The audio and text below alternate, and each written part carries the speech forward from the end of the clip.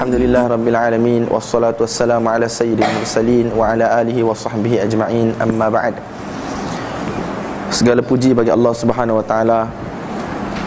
Allah Subhanahu wa ta'ala yang merupakan pencipta bagi seluruh alam ini. Allah Subhanahu wa ta'ala yang merupakan pentadbir bagi alam ini. Dan Allah Subhanahu wa ta'ala yang merupakan penjaga, pemelihara dan penguasa penuh bagi alam ini. Allah Subhanahu wa ta'ala ialah Tuhan yang mana di tangannya segala kekuasaan. Ada manusia yang mana dia rasa dia mencipta, dia mereka, tetapi kadang-kadang lepas dia cipta, lepas dia reka, dia tidak ada satu kuasa penuh untuk mengawal ciptaannya ataupun rekaannya. Ada seorang hak punah, ada seorang hak rosak. Dan manusia kadang-kadang dia tahu benda, tetapi dia tidak ada kuasa terhadap benda tersebut. Dia tahu berlaku masalah di kampung dia, berlaku masalah dalam masyarakat dia, tetapi dia tidak ada kuasa untuk mengubah perkara tersebut. Berbezanya dengan Allah Subhanahu wa ta'ala, segala sifat-sifat kesempurnaan bagi Allah Subhanahu wa ta'ala adalah atas kesempurnaan. Adapun sifat-sifat Allah yang ada pada manusia, yang manusia ada juga sedikit daripada sifat tersebut, adalah atas dasar kekurangan, adalah atas dasar kekurangan. Dan dialah Allah Subhanahu wa ta'ala yang bersifat dengan sifat kesempurnaan. Dia telah kumpulkan kita pada hari ini, yang mana kebanyakan daripada kita tak pernah jumpa pun sebelum ni. Kita tak pernah bertemu mata, kita tak pernah bertegur sapa. Tapi dialah Allah Subhanahu wa ta'ala yang mana di tangannya segala sesuatu. Dan kita patut rasa bersyukur kepada Allah Subhanahu wa ta'ala kerana di atas nikmat, kurnia, limpah, kasih sayang, rahmatnya, Allah Subhanahu wa ta'ala telah kumpulkan kita hari ini dalam satu majlis untuk mengingati Allah, untuk membacakan hadis-hadis baginda Nabi sallallahu alaihi wasallam. Maka ini merupakan satu nikmat yang besar, merupakan satu nikmat yang mana tidak terperi dia punya nilainya kalau kita lihat melalui kacamata akhirat. Kalau kita lihat melalui kacamata dunia, tuan-tuan, apa faedah kita boleh? Tak, sepatutnya kalau orang hak khija, dia kena pergi khija. Kalau orang hak mana tak ada khija, dia boleh tidur, dia boleh tengok TV, dia boleh baca buku, dia boleh buat benda lain lagi di rumah dia. Tapi apa kita susah-susah payah mari? Saya mari daripada Pasir Putih, sesak, guna telefon pun sesak. Tak ada segala benda hak betul lah. Kalau kira kata pagi ni, mak saya gerak lepas subuh tadi, dia kata, mu ni janji dengan orang ni pukul 7.45 tak mana ala lagi. Sebab saya makan ubat semalam. Saya ada penyakit resdung ataupun sinus. Bila kita makan ubat tu kesal dia kuat. Jadi mak mari gerak subuh dah sekali. Tengok tak, mak kena gerak subuh lagi lah ni. Kemudian lepas subuh tidur, mak mari gerak untuk bangun, mari sini pula 7.45 lebih kurang mak gerak tadi. Dia kata janji dengan orang mana lambat ni. Kalau kita tengok, tuan-tuan, benda ni atas sorotan mata dunia, tak, benda dari sudut material, kebendaan dunia, apa kita nak susah-susah sangat? Tak, mocik-mocik mari daripada awal lagi, adik-adik tunggu daripada awal lagi, saya mari daripada jauh lagi, tak, dengan jam lagi, dengan macam-macam benda. Tapi kalau kita tengok dari sudut pandangan akhirat, hari yang mana satu kebaikan mungkin menjadi pembeza antara syurga dan neraka, tak, kerana satu kebaikan inilah satu orang anak lagi daripada mak, satu orang mak lagi daripada anak, satu orang suami lagi daripada isteri, isteri lagi daripada suami. Kerana kebaikan hak inilah, tuan-tuan yang mulia, Allah Subhanahu wa ta'ala telah kumpulkan kita, dan kita telah bersusah payah mari sini untuk kejar satu kebaikan ni. Dan kita tak tahu berapa banyak kebaikan yang Allah Subhanahu wa ta'ala nak kepada kita. Sebab tu Allah Subhanahu wa ta'ala kumpul kepada kita. Allah Subhanahu wa ta'ala mudahkan segala urusan kita, dari sudut kenderaannya, dari sudut masanya, dari sudut sehatnya, adalah untuk kita dapat kebaikan daripada Allah Subhanahu wa ta'ala. Man yuridillahu bihi khairan yufaqihu fid din. Siapa yang mana Allah Subhanahu wa ta'ala nak kebaikan bagi dia, Allah Subhanahu wa ta'ala akan bagi dia faham pada agama. Saya selalu bagi tahu bahawasanya faham agama bukan maksud dia kita tahu banyak kitab, bukan kita ada kitab banyak, bukannya kita dapat hafal masalah tu, masalah ni, perbezaan pendapat ulama tu, perbezaan pendapat ulama ni, bukan kita tahu dalil ulama tu, dalil ulama ni. Hak tu ialah satu juzuk, satu bahagian kecil sahaja daripada faqih agama. Tapi faqih agama yang paling mudah sekali, kata ustaz kami, ialah pada satu-satu masa, pada satu-satu tempat, pada satu-satu keadaan, apakah perintah Allah Subhanahu Wa Taala yang kena atas diri kita, kita tahu perintah tersebut dan kita tahu cara nak buat perintah tersebut. Itulah faqih. Contohnya, kalau kata pukul 1 Zuhur lah ni, tak, kalau contoh dia pukul 1 Zuhur lah ni, tak, kita dengar orang azan. Kita dengar orang azan. Apa yang menunjukkan kita faqih, tuan-tuan? Sama ada kita ada banyak kitab ke, kita ngaji puluh-puluh tahun ke, kita tahu dalil ulama tu, dalil ulama ni ke, ataupun kita bila dengar azan, kita tinggal segala kerja buat kita ambil wuduk, pakai pakaian yang sempurna untuk pergi menyahut panggilan azan di masjid bagi orang lelaki semaya berjemaah. Ataupun masa kita dengar azan, kita pun mula tak apa, Imam Syafi'i ni sunat je maya jemaah ni. Dia pun mula bawa dalil Imam Syafi'i sikit. Dalam kepala je dia tak kacak dengan orang lain pun. Tapi dia panggil takwil. Dia takwil lah sekali. Ilmu dia tidak membawa kepada amal. Ilmu dia tidak bawa dia tu dekat pada Allah Ta'ala. Maka pada kami, pada ustaz-ustaz kami, dia kata ini bukan faqih agama. Menghafal masalah fiqh, perbezaan ulama, dalil setiap ulama, itu ialah satu juzuk daripada faqih agama. Tetapi ilmu tu nak bawa gimana, itu sebenarnya membawa kita kepada faqih agama yang lebih besar, iaitu kita tahu apa perintah Allah pada kita pada setiap masa, kita tahu apa perintah Allah pada kita pada setiap keadaan, pada setiap tempat dan cara kita nak buat. Jadi tuan-tuan, ini merupakan nikmat yang besar, kebaikan yang Allah nak pada kita. Man yuridillahu bihi khairan yufaqihu fid din. Orang yang mana Allah nak kebaikan bagi dia, Allah Subhanahu Wa Taala akan bagi dia faham agama. Wa man yu'tal hikmah faqad utiya khairan katsira. Orang yang mana diberi hikmah, orang yang mana diberi ilmu pengetahuan dan tidak ada ilmu selain daripada kata-kata Allah dan kata-kata Rasul dan kalam ulama, kata-kata para ulama yang mensyarahkan kata-kata Allah dan kata-kata Rasul. Ini adalah hikmah yang paling besar. Wa man yu'tal hikmah faqad utiya khairan katsira. Sesiapa yang mana diberi hikmah, sesungguhnya demi Allah dia telah diberi kebaikan yang sangat banyak. Sesungguhnya dia telah diberi kebaikan yang sangat banyak. Siapa yang bagi, tuan-tuan? Allah Subhanahu Wa Taala. Ini merupakan satu nikmat yang besar yang mana kita kena syukur lagi dan lagi. Kita kena syukur semua. Kita selalu faham ayat Quran, wa in ta'uddu ni'matallah. Bagaimana ayat dia?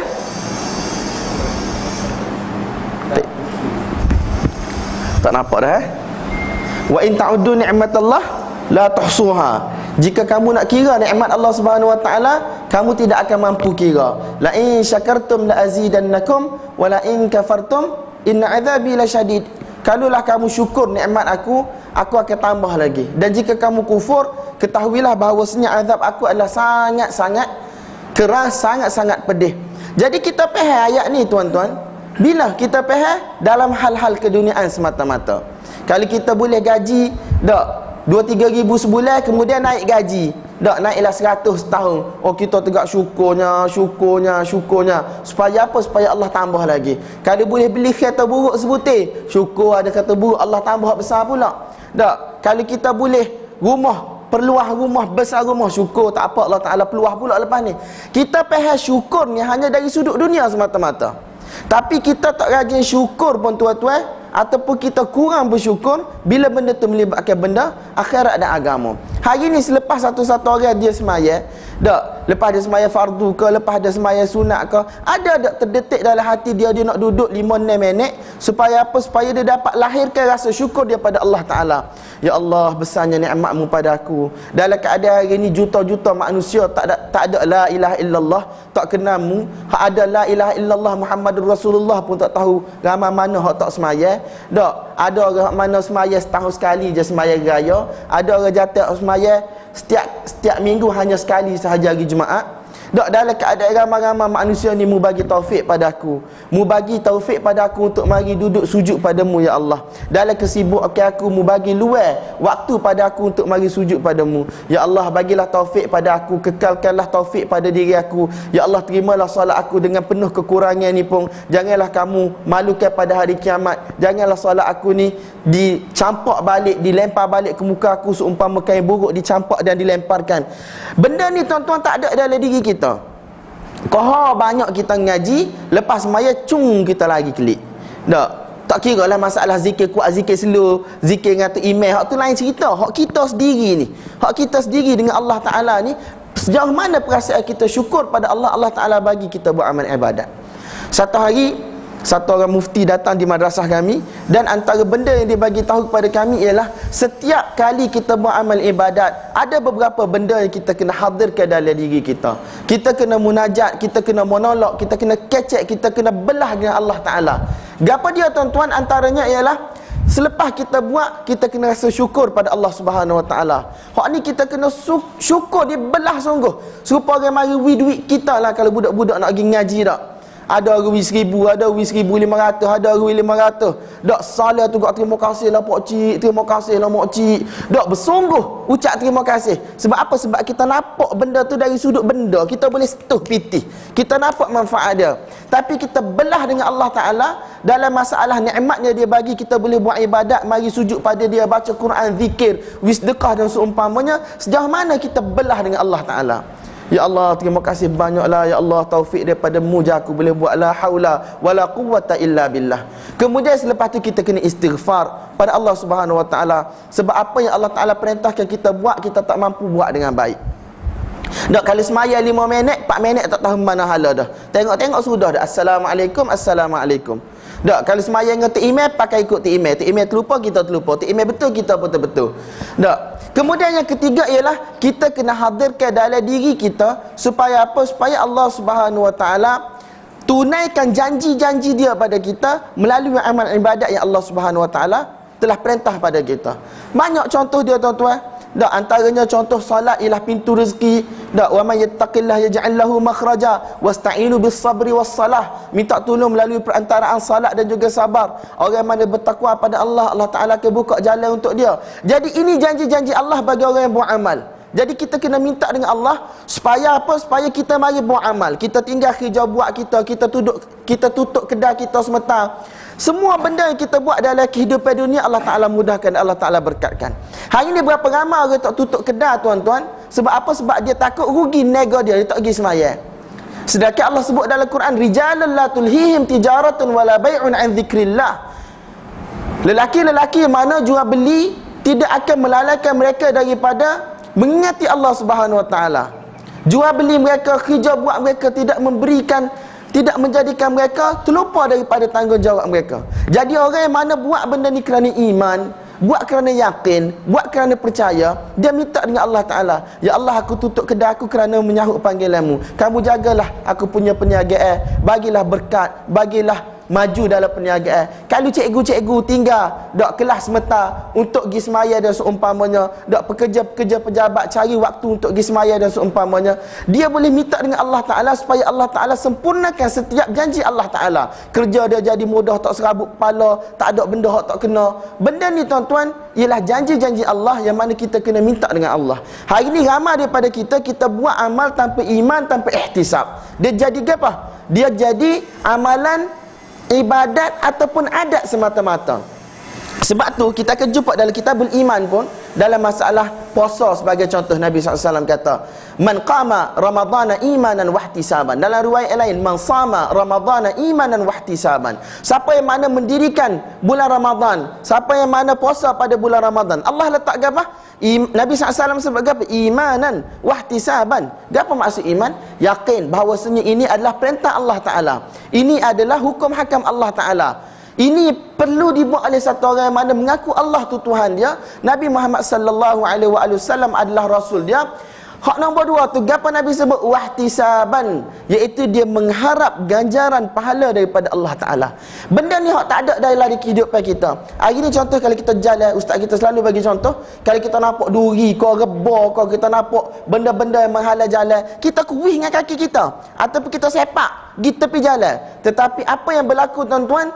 Ihtisab tu tak ada. Kita tak anggap pun benda ni satu benda yang besar, yang mana merupakan salah satu daripada cabang iman. Sebagaimana kita akan jumpa dalam hadis, kita tak rasa pun benda tu besar. Jadi kita buat tanpa menghadirkan dalam diri kita, ini merupakan satu benda besar, pahala yang besar Allah nak beri kita. Mungkin dengan pahala ni kita masuk syurga. Mungkin semaya kita, puasa kita, zakat kita penuh dengan kekurangan, Allah Ta'ala tak terima. Tetapi hak ni kita buat, kita berharap betul-betul pahala, ganjaran daripada Allah Ta'ala, hak ni Allah terima.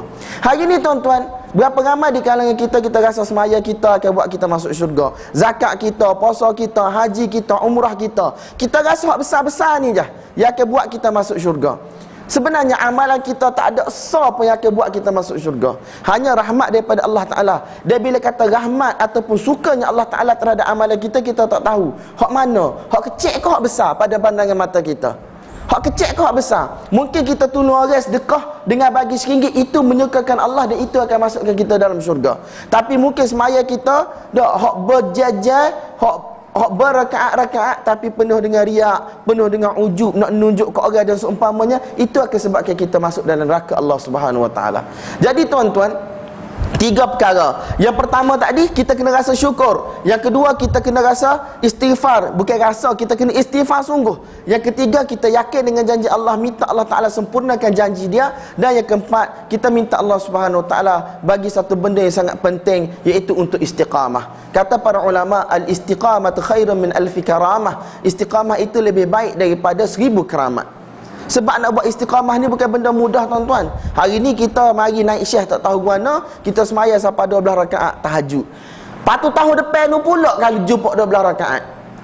Istiqamah ni satu benda yang besar, satu benda yang tidak dapat dinilai dengan mata kasar kita, dengan akal fikiran kita yang biasa. Khairun min kathirin farra. Khairun qalla, satu benda yang baik walaupun sikit. Khairun min kathirin farra, lebih baik daripada banyak tapi hilang. Kita buat hari ni baca 5 juz Quran, lepas tu tak tahu berapa tahun pula baru nak jumpa Quran tu. Tapi kalau kita istiqamah, hari ni setengah juz, esok setengah juz. Hak ni hak bukan hafiz lah. Hak hafiz paling tak 3 juz sehari lah dia kena baca Quran dia. Tak. Kalau hak bukan hafiz, boleh hari ni baca 3,5 juz ataupun 1 juz sehari. Tak, mengikut kita punya keadaan, kita punya kerja dan seumpamanya, itu lebih baik daripada kita baca sekali harung. Tak, kita baca sekali harung 5 juz, 6 juz, 10 juz. Lepas tu tak tahu berapa puluh tahun lagi kita akan jumpa Quran tu. Jadi tuan-tuan, ini merupakan mukaddimah yang penting yang selalu saya ulang-ulang dalam kelas-kelas saya. Tak, supaya apa? Supaya kita rasa kita berharga duduk dalam ni. Ada orang mari tak tahu apa gapo tujuan dia duduk dalam ni. Ada orang ngaji pengajian Islam, dok nak pergi Mesir, nak pergi Madinah, nak pergi situ, nak pergi sini, tak tahu apa gapo tujuan dia nak ngaji agama. Tadi ustaz kawan saya di South Africa tadi, dia kelas tinggi lagi, dia bahagian takhasus ngaji tempat bulan asri juga. Dia kata apa? Kita ni ngaji agama ni sebenarnya jalan dekat untuk kita lebih dekat pada Allah Ta'ala. Shortcut untuk kita lebih dekat pada Allah Ta'ala. Itu kita ngaji agama tuan-tuan. Orang lain pun boleh dekat pada Allah Ta'ala, tapi jauh sikit lah. Tak, hari-hari kena pergi buka kedai, kena pergi buat padi, kena noreh getah. Tak, kena basuh pinggan kalau retina, kena cara ke anak lagi. Tak, hak jadi cikgu kena cara ke budak-budak lagi, buah perbanding sorang-sorang. Tak, tapi orang mana ngaji agama ni, tak, hari-hari dia buka Quran, dia buka sunnah Nabi SAW, kalam para ulama. Tak, jadi akses dia punya cara, dia punya jalan untuk cara untuk dia dekat pada Allah Ta'ala tu lebih dekat, lebih mudah. Tapi kalau kita ngaji agama, kita makin jauh pada Allah Ta'ala, kita makin lupa Allah Ta'ala, makin tak buat amal, tak, makin kurang amalan kita, makin teruk perangai kita. Maka tuan-tuan, mana kita sebenarnya? Apa tujuan kita ngaji agama? Sebab itulah mukaddimah tadi, tak, kita bagi tahu dalam kelas supaya kita sedar apa tujuan kita duduk sini. Jangan 5 najah kita duduk satu-satu majlis, kita tak boleh manfaat yang besar sebagaimana yang kita harapkan. Jadi tuan-tuan yang dimuliakan oleh Allah Subhanahu Wa Taala, kita kena syukur pada Allah. Ini memang kita kena ulai-ulai semua, kena peringat semua. Walaupun kita kata benda tu, ilmu tu simple, semua orang tahu. Dak, orang habis SPM boleh royak pasal syukur, orang habis STPM stamp pun boleh royak pasal syukur, ustaz balik Mekah, Madinah, Mesir boleh royak pasal syukur, even mokcik-mokcik hak tak ngaji tinggi pun boleh royak pasal syukur, pokcik-pokcik hak tak ngaji tinggi pun boleh royak pasal syukur. Tapi tuan-tuan, sebenarnya syukur ni tak kira daripada siapa pun dia keluar, mesti kita kena ulai-ulai semua. Supaya apa? Supaya kita berada di atas track, berada di atas jalan yang betul. Dan antara satu benda lagi yang penting ialah ikhlas. Satu benda yang sangat penting. Siapa-siapa buat amal bukan kerana Allah Ta'ala, maka takut-takut penghujungnya adalah neraka Allah Subhanahu Wa Ta'ala. Berapa banyak amalan yang kecil dibesarkan pahalanya kerana ikhlas. Berapa banyak amalan yang besar, jihad, sedekahkan harta di jalan Allah, mengajar ilmu, tetapi pahalanya menjadi kecil ataupun menjadi sebab untuk masuk neraka kerana berbezanya niat. Ketika mana kami khatam Bukhari, ada 7 nasihat yang diberi oleh syekh kami. Nasihat yang pertama ialah hak dia ambil daripada ayah dia, daripada guru dia. Dia kata apa? Ikhlas satu benda yang penting. Ada orang mana dia ngajar Bukhari tapi na'udzubillah dia masuk neraka. Tapi ada orang ngajar alif bata je, ngajar muqaddam, ngajar iqra, fardu ain pada budak-budak kampung kecil, tapi kerana ikhlas dia, dia boleh masuk syurga Allah Subhanahu Wa Taala. Benda ni Nabi SAW sebut dalam hadis sahih Muslim, satu orang lelaki yang mana dia ni berjihad di jalan Allah Ta'ala. Ada orang yang mana bagi harta dia di jalan Allah Ta'ala. Ada orang mana mengajar ilmu. Pada hari kiamat Allah Ta'ala tanya, Allah Ta'ala tanya dia tentang nikmat-nikmat yang Allah bagi. Mereka mengaku semua nikmat tersebut. Allah Ta'ala tanya, bagaimana kamu guna nikmat tersebut? Hak mana mujahid dia kata, aku berjuang untuk tegakkan agamamu. Allah Ta'ala kata, kadzab, kamu berdusta, sesungguhnya kamu berperang di jalan aku. Supaya apa? Supaya katamu satu orang berani. Dan kamu telah dapat pujian itu daripada mulut manusia, dan dia telah diperintahkan oleh malaikat, malaikat telah diperintahkan untuk heret orang itu dengan muka dia ke tanah dan dihumban ke dalam neraka Allah Subhanahu Wa Taala. Wal iyadu billah. Orang nombor 2, hak mana bagi harta infak ke jalan Allah Ta'ala. Allah Ta'ala tanya, kenapa kamu buat lagu tu? Dia kata, supaya apa? Supaya aku dapat guna hartamu bagi untuk kebaikan umat manusia, untuk tegakkan agamamu dan seumpamanya. Allah Ta'ala kata, kadzab, kamu berdusta, sesungguhnya kamu buat lagu tu supaya apa? Supaya orang panggilmu satu orang pemurah, dan kamu telah dapat pujian tersebut. Dan malaikat telah heret dia, muka dia ke tanah, dan dia telah dihumban dalam neraka Allah Subhanahu Wa Taala. Kemudian ada orang yang mana diberi ilmu pengetahuan oleh Allah Ta'ala. Allah Subhanahu Wa Ta'ala telah bagi dia ilmu tentang Quran, ilmu tentang hadis dan seumpamanya. Allah Ta'ala tanya, bagaimana kamu guna? Dia kata, untuk sebar agama, untuk ajar orang daripada jahil jadi alim. Allah Ta'ala kata, kadzab, kamu dusta, sebenarnya kamu buat supaya apa? Supaya kamu dipanggil alim, supaya kamu dipanggil orang yang cerdik pandai. Bila orang nak buat keputusan apa-apa, orang akan mari carimu, dan kamu telah dapat pujian tersebut. Apa berlaku? Malaikat telah diperintahkan untuk eret muka orang tu, badan orang tu, muka dia ke tanah dan dihumban ke dalam neraka Allah Subhanahu Wa Taala. Dan kita dengar, tuan-tuan, bagaimana satu orang wanita hak bagi minum anjing dengan kasut dia sendiri, kemudian Allah Subhanahu Wa Taala masukkan dia dalam syurga Allah Taala. Ini satu benda yang penting. Sebab tu Imam Bukhari rahmatullahi alaih, dia telah mulakan kitab dia dengan hadis innamal a'malu binniyat. Kebanyakan Imam Nawawi rahmatullahi alaih punya kitab dia mulakan dengan hadis innamal a'malu binniyat. Hadis 40 Riyadhus Salihin, Al-Adhkar dan seumpamanya mula dengan hadis innamal a'malu binniyat. Ketika mana syarah hadis ni, ulama-ulama kita selalu kata supaya apa? Supaya menjadi peringatan kepada orang yang mengajar, kepada orang yang belajar, bahawasanya amal sesuatu akan dikira dan diterima oleh Allah Ta'ala jika niatnya adalah semata-mata kerana Allah Ta'ala. Bahkan kata Abdul Rahman Ibn Mahdi, kalulah ulama kata setiap kali nak tulis kitab, kita kena tulis innamal a'malu binniyat di permulaan kitab. Aku kata bahkan setiap bab dalam kitab tersebut kita kena mula dengan innamal a'malu binniyat. Kadang-kadang lepas kita ngaji habis sebab lepas 2-3 jam nak masuk bab baru, kita punya niat lagi kena tulis pula hadis niat di situ. Supaya apa? Supaya kita ni niat kita diperbaharui dan kita dapat letak jalan kita ni di atas jalan yang betul. Jadi tuan-tuan, ini antara satu benda yang penting. Kenapa kita ngaji bukan nak tunjuk pandai kat orang? Kenapa kita ngajar bukan kita nak tunjuk pandai kat orang? Nak kira hak layak, ramai lagi hak lebih layak daripada saya untuk duduk sini. Nak kira ngaji, ramai lagi orang lain hak pandai ngaji daripada kita. Tetapi kita mari niat kita adalah untuk faham apa kehendak Allah daripada Quran. Kita nak faham apa kehendak Nabi daripada hadis-hadis dia. Selepas kita faham, untuk kita amal. Supaya apa? Supaya kehidupan kita selamat dunia dan juga akhirat. Hak ni tujuan utama, tuan-tuan. Ada orang ngaji sebab dia nak balas dalam Facebook. Ada orang nak ngaji sebab dia nak buat duit. Ada orang ngaji sebab dia nak tunjuk dia pandai, sebagaimana dalam hadis sahih Muslim tadi. Jadi tuan-tuan, orang yang mana ilmu Allah bagi pada dia, Allah nak kebaikan untuk kita sebenarnya. Tapi kalau ilmu yang Allah nak kebaikan untuk kita ni kita cari adalah untuk jadi bala atas diri kita sendiri, maka kita manusia yang paling rugi. Semoga Allah SWT bagi taufik hidayat pada saya dan tuan-tuan untuk amal dan untuk sampai. Jadi permintaan hak diminta tu tinggi sangat sebenarnya untuk mari baca Kitabul Iman. Baca boleh, tapi tak payah syarah lah. Hak tu dalam masa Kitabul Iman ni ada lebih kurang dalam 50 hadis je. Kalau kita tengok kitab Badil Wahyi ada dalam 7 hadis. Kitabul Iman lebih kurang ada dalam 50 hadis. 50 lebih lah, mungkin 50 lebih saya tak ingat. Kitabul ilm pun lebih kurang sebelum kita masuk kitabut taharah. Tapi sebenarnya 3 kitab ni satu kitab yang sangat penting. Bermula daripada kaifa kana badul wahyi, bagaimana permulaan wahyu.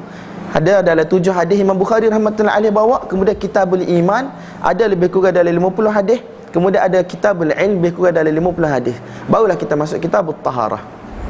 Kitab bersuci, wudu, tayamum, mandi hadas, haid, istihadah dan seumpamanya sebelum masuk kitabus salah. Jadi tuan-tuan, saya rasa saya pun tak tahu latar belakang masing-masing lagu mana. Tak, saya nampak ada pokcik-pokcik, mokcik-mokcik. Bukan kita kata tua dia jadi tak pandai tuan-tuan. Kita ni silap budak-budak muda, nampak pokcik-pokcik tua, nampak bodoh ya. Tak, dia ngaji banyak pada kita lagi. Tak, dia tu mak kepada ayah kita, mak kita. Tak, tinggi lagi. Kita ni hak kecil-kecil pakai piah, pakai jubah ni tahu gapo sekarang pun. Kau nak kira ban dengan puak dia. Jadi kita tak tahu lagu mana orang hak duduk dalam ni. Jadi saya rasa kita tidak perlu terlalu technical. Technical means kita tak perlu terlalu nak bahas cara akademik sangat. Sebab apa? Sebab bahas akademik ni kadang-kadang dia tak bawa gimana pun. Bahas akademik ada tempat dia. Orang nak ngaji terlalu akademik, dia kena masuk Darul Kausar ke, dia kena pergi India Pakistan ke, dia kena pergi ngaji negara Arab ke, baru kita kata bahas akademik. Atau kelas khusus yang macam Maulana Asri buat nak bahas secara akademik. Tapi kalau majlis hak 3 jam, 2 jam setengah lagu ni, pada saya kita pergi hanya kepada gapo kata? Maksud-maksud utama daripada hadis, benda-benda yang jelas daripada hadis. Semoga Allah SWT bagi taufik hidayah pada kita untuk ambil buah kilah buat kelik. Kalau nak bahas akademik tuan-tuan, ni Kashful Bari ni yang ditulis oleh Maulana Salimullah Khan hafizahullah. Tak, ada dalam 15 jilid syarah Bukhari dia. Dan saya bawa jilid pertama sahaja. Sebab saya tak ada nak tengok molek pun. Sebelum ni saya baca dalam phone saya. Jadi bila saya tengok-tengok balik, untuk kitab Bad'il Wahyi cukuplah hadis dia syarah. Kemudian untuk Kitabul Iman baru bab kelima sahaja, hadis nombor 12 daripada Sahih Bukhari. Maksudnya dalam 12 hadis satu jilid ni dah hak dia syarah. Jadi kita nak buat lagu mana tuan-tuan? Tak kira kita nak baca sebutir-sebutir hak penulis tulis tak. Jadi saya rasa cara yang terbaik sekarang ialah kita cuba untuk ambil faedah-faedah yang semampu mungkin, hak sikit-sikit yang tidak terlalu akademik lah. Maksudnya benda tu orang kata wakilah untuk amal semata-mata. Orang Kelantan belakang ke sini? Kau ramai budak luar? Nak kena kecek KL ke? Lotih kecek KL boh. Tak, kena kecek Kelantan kita ni. Ada yang faham? Tak faham? Ada tak faham? Kena faham lah. Bagus. Bismillahirrahmanirrahim. Imam Bukhari rahmatullahi alaih telah mulakan kitab dia, kitab Bad'il Wahyi, permulaan wahyi. Kalau akademik gak, banyaklah syarah. Adakah dalam nuskhah Bukhari guna perkataan kitab ataupun guna perkataan bab? Tak, kalau perkataan kitab, apa taujih dia, apa dia punya penerangan. Kalau nuskhah guna perkataan bab, apa penerangan dia. Sebelum tu Imam Bukhari bawa Bismillahirrahmanirrahim saja. Tak ada khutbah kitab dan seumpamanya. Kemudian lepas tajuk bab, kenapa bawa hadis innamal a'malu binniyat. Banyak sangat perbahasan dia, yang mana benda tu terlalu teknikal dan terlalu akademik. Kadang-kadang la yang bani alaihi amal, tidak ada amal pun terhadap benda tu, ilmu tu.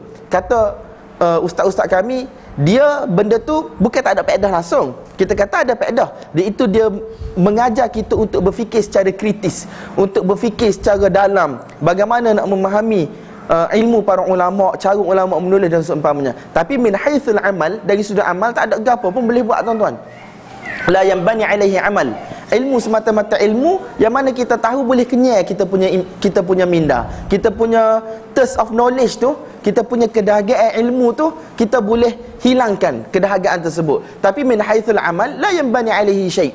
Dari sudut amal tak ada gapo pun kita boleh buat situ. Sebab tu Mufti Taqisab damat barakatuh dalam syarah Bukhari dia, ketika mana dia mari hadis innamal a'malu binniyat, muqaddimah dan seumpamanya, Mufti kata kebanyakan taujih, penerangan-penerangan, khilaf-khilaf yang disebut oleh para ulama tu fihi nazar. Banyak benda yang nampak takalluf, nampak banyak sangat paksa-paksaan. Dia kata ada dua sahaja penerangan yang penting di sini, dah orang lain-lain tu dia kata tak tahu pun tak apa. Ni terjemah mudah lah. dia punya ayat taklah gitu, tapi nak ayat muaddah, dia punya maksud daripada kalam dia ialah kita tak payah nak buang masa panjang-panjang. Sebab tu saya suka baca syarah Bukhari oleh Mufti Taqisab rahmatullah hafizahullah.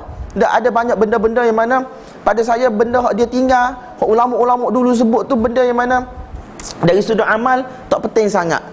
Tapi dari sudut pelajar, dia nak baca dia boleh baca sendiri. Tak, daripada kitab-kitab yang pelbagai, syarah pelbagai. Tapi untuk disebut dalam kelas, dah lah kita ngaji Bukhari setahun. Tak, masa kitab-kitab lain lagi dan seumpama tak sempat kita nak sebut semua. Jadi tuan-tuan, kita pun cuba untuk buat lagu tu lah hari ni. Supaya apa? Supaya Allah SWT bagi kita taufik untuk amal daripada apa yang kita dengar walaupun sikit. Kadang-kadang kita ni ngaji banyak belajar dah. Tak, ngaji di universiti, bahas gotu goni, ngaji di madrasah pondok gotu goni, tahu khilaf ulama gotu gini. Tapi dari sudut khauf, takut kita pada Allah Ta'ala semakin berkurangan, amalan kita semakin lemah, semakin berkurangan, tanggungjawab dakwah kita semakin berkurangan. Jadi tak tahu sebenarnya apa tujuan kita belajar. Apa tujuan kita belajar kita tak tahu. Jadi tuan-tuan, Imam Bukhari rahmatullahi alaih mula dengan kitab Badail Wahyi, kitab tentang wahyu. Kitab tentang wahyu. Wahyu ni satu benda yang paling penting tuan-tuan. Ilmu ni, untuk tahu satu-satu benda, Allah Subhanahu Wa Taala bagi beberapa benda pada kita. Antara cara untuk dapat ilmu, salah satunya ialah hawas khamsah. Tak, 5 panca indera yang Allah bagi pada kita. Allah Ta'ala bagi tangan untuk kita merasa, tak, panas, sejuk dan seumpamanya. Allah Ta'ala bagi mata untuk kita lihat. Allah Ta'ala bagi telinga untuk kita dengar. Allah Ta'ala bagi mulut untuk kita rasa. Allah Ta'ala bagi kita hidung untuk kita hidu. Jadi ini adalah antara cara-cara untuk kita dapat ilmu, untuk tahu tentang sesuatu benda. Gapo ta'rif ilmu? Ulama bahas pula lah kalau kita nak ngaji dari sudut akademik. Ilmu ni gapo dia? Hak ni kata gini, hak ni kata gini, hak ni kata gini. Tapi lah sekali kita kata ilmu ni gapo? Ilmu ni semua orang tahu belaka dah. Orang tahu gapo ilmu, orang tahu gapo jahil. Betul tak? Tak perlu kita nak ta'rif panjang-panjang. Jadi tuan-tuan, antara cara untuk kita dapat ilmu, untuk kita dapat maklumat tentang sesuatu, ma'rifatul syai' ala ma huwa alaih. Kita tahu satu-satu benda berdasarkan hakikat benda tersebut, tidak salah dengan hakikat dia, itu dinamakan ilmu. Jadi bila kita guna benda-benda ni, kita dapat ilmu. Contoh ilmu dia, api panah, kita tahu. Tak, kalau salji sejuk. Kalau kita kata orang, badan kita akan rasa sakit, badan orang akan rasa sakit. Jadi semua benda ni ilmu yang mana kita boleh daripada hawas khamsah. Kemudian Allah Ta'ala bagi kita akal. Hak ni cara nombor 2 untuk dapat ilmu. Allah Ta'ala bagi kita akal untuk kita lihat, untuk kita fikir. Tapi tuan-tuan, semua benda ni dia mahdud. Dia ada had dia. Ada benda mana tak masuk dengan akal fikiran kita, kita tak boleh fikir, kita tak nampak kelih, kita tak boleh setuh. Ini semua menunjukkan bahawasanya apa yang Allah Ta'ala bagi pada manusia adalah terbatas. Kata para ulama, ada satu lagi cara ilmu, cara untuk dapat ilmu yang mana berakhirnya akal, bermulanya wahyu. Berakhirnya akal, maka bermulanya wahyu. Wahyu ni ialah revelation of Allah Subhanahu Wa Taala. Apa yang Allah Ta'ala turunkan kepada Nabi Sallallahu Alaihi Wasallam, risalah yang Allah bagi kepada Nabi SAW untuk ajak umat manusia ni bagaimana untuk hidup di atas dunia ni mengikut apa yang dikehendaki oleh Allah Ta'ala. Tak, hari ni tuan-tuan, kalau tanpa wahyu, dunia akan cacat marba. Dunia tanpa wahyu akan cacat marba. Tak, setiap blok dunia ni dia ada dah cara dia mikir dia. Orang Komunis cara dia, Amerika cara dia, dak orang belah Cina, orang belah Rusia cara dia, orang belah Eropah cara dia. Masing-masing menganggap bahawasanya akal fikiran mereka adalah yang terbaik untuk benda ni, untuk kehidupan dunia. Tetapi kita tengok hari ni tuan-tuan, gapo berlaku? Perang dunia pertama, kedua, ketiga, sampailah hari ni kita tengok bagaimana manusia mana hidup tanpa panduan wahyu, gapo jadi dalam kehidupan dia. Tak, negara yang mana menganggap bahawa mereka ialah yang paling ke depan sekali dalam mempertahankan hak asasi manusia dan seumpamanya. Tengok gapo yang mereka buat. Gapo yang berlaku di Amerika sendiri, gapo yang berlaku di negara-negara Eropah sendiri. Dak, hatta benda ni telah dibawa kepada negara umat-umat Islam, dan umat Islam hidup, cuba nak hidup dengan cara mereka. Dak, di Mesir, di mana. Dan zaman-zaman orang kata pembebasan lah mula daripada rantai Al-Quran As-Sunnah, daripada rantai agama. Tak maju-maju potulah pun. Tak, negara Amerika, negara-negara lain, bukan kita nak perendahkan mereka, tetapi masalah jadi potulah pun. Tak. Mereka perkenalkan sistem tu sistem ni lah sekali anak luar nikah banyak apa tulah. Tak. Jenayah banyak apa tulah. Curi pitih orang banyak apa tulah. Macam-macam benda berlaku. Sebab apa tuan-tuan? Untuk selesaikan masalah hanyalah berpandukan kepada wahyu. Sebab tu Imam Bukhari rahmatullahi alaihi dia bawa kitab Bad'il Wahyi, permulaan wahyu, untuk bagi tahu manusia, wahai mu manusia, fitrahmu, mu tahu bahawasanya mu ni ialah satu makhluk yang diciptakan. Dan ada satu kuasa yang hebat yang telah mencipta 7 petala langit, 7 petala bumi, yang mana mentadbir 7 petala langit, 7 petala bumi, yang mana bagi kamu rezeki dan seumpama. Jadi Allah itu yang telah ciptakan kamu, cipta dunia ni, telah turunkan wahyu kepada kamu supaya apa? Supaya kamu berjalan di atas dasar wahyu itu untuk kamu dapat kebaikan dunia dan juga akhirat, untuk baik dunia dan selamat daripada neraka Allah Ta'ala pada hari kiamat dan masuk syurga Allah Subhanahu Wa Ta'ala. Atas dasar satu Imam Bukhari rahmatullahi alaihi telah mulakan dengan Bad'il Wahyi, kemudian masuk Kitabul Iman. Sebab as a Muslim, sebagai satu orang Muslim, tuan-tuan, benda yang paling penting ialah iman. Bagaimana kita percaya pada Allah Ta'ala, beriman pada Allah, yakin, bulat gotel dengan Allah Subhanahu Wa Ta'ala, dan apa sahaja yang Allah Subhanahu Wa Ta'ala telah perintahkan kepada umat manusia melalui Nabi Sallallahu Alaihi Wasallam, melalui Al-Quran yang diturunkan melalui Jibril alaihi salam kepada Nabi Sallallahu Alaihi Wasallam, melalui hadis-hadis baginda Nabi Sallallahu Alaihi Wasallam. Ini merupakan benda yang perlu ada dalam diri manusia. Satu orang Muslim, dia kena pegang kemah kemih, tak boleh nak gogek dah, tidak boleh nak tidak boleh nak diragu-ragukan lagi, tidak boleh nak ugah lagi, tidak boleh nak digoncang lagi dia punya keimanan. Mesti kita kena pegang, kita kena taslim, kita kena beriman ala sam'i wa ta'ah, kita dengar dan kita taat. Tak, kita bukan nak iskal, kita bukan nak ragu-ragukan, kita bukan nak tanya, kita bukan nak tanya untuk tidak amal, tapi kita tanya untuk faham dan kita untuk amal.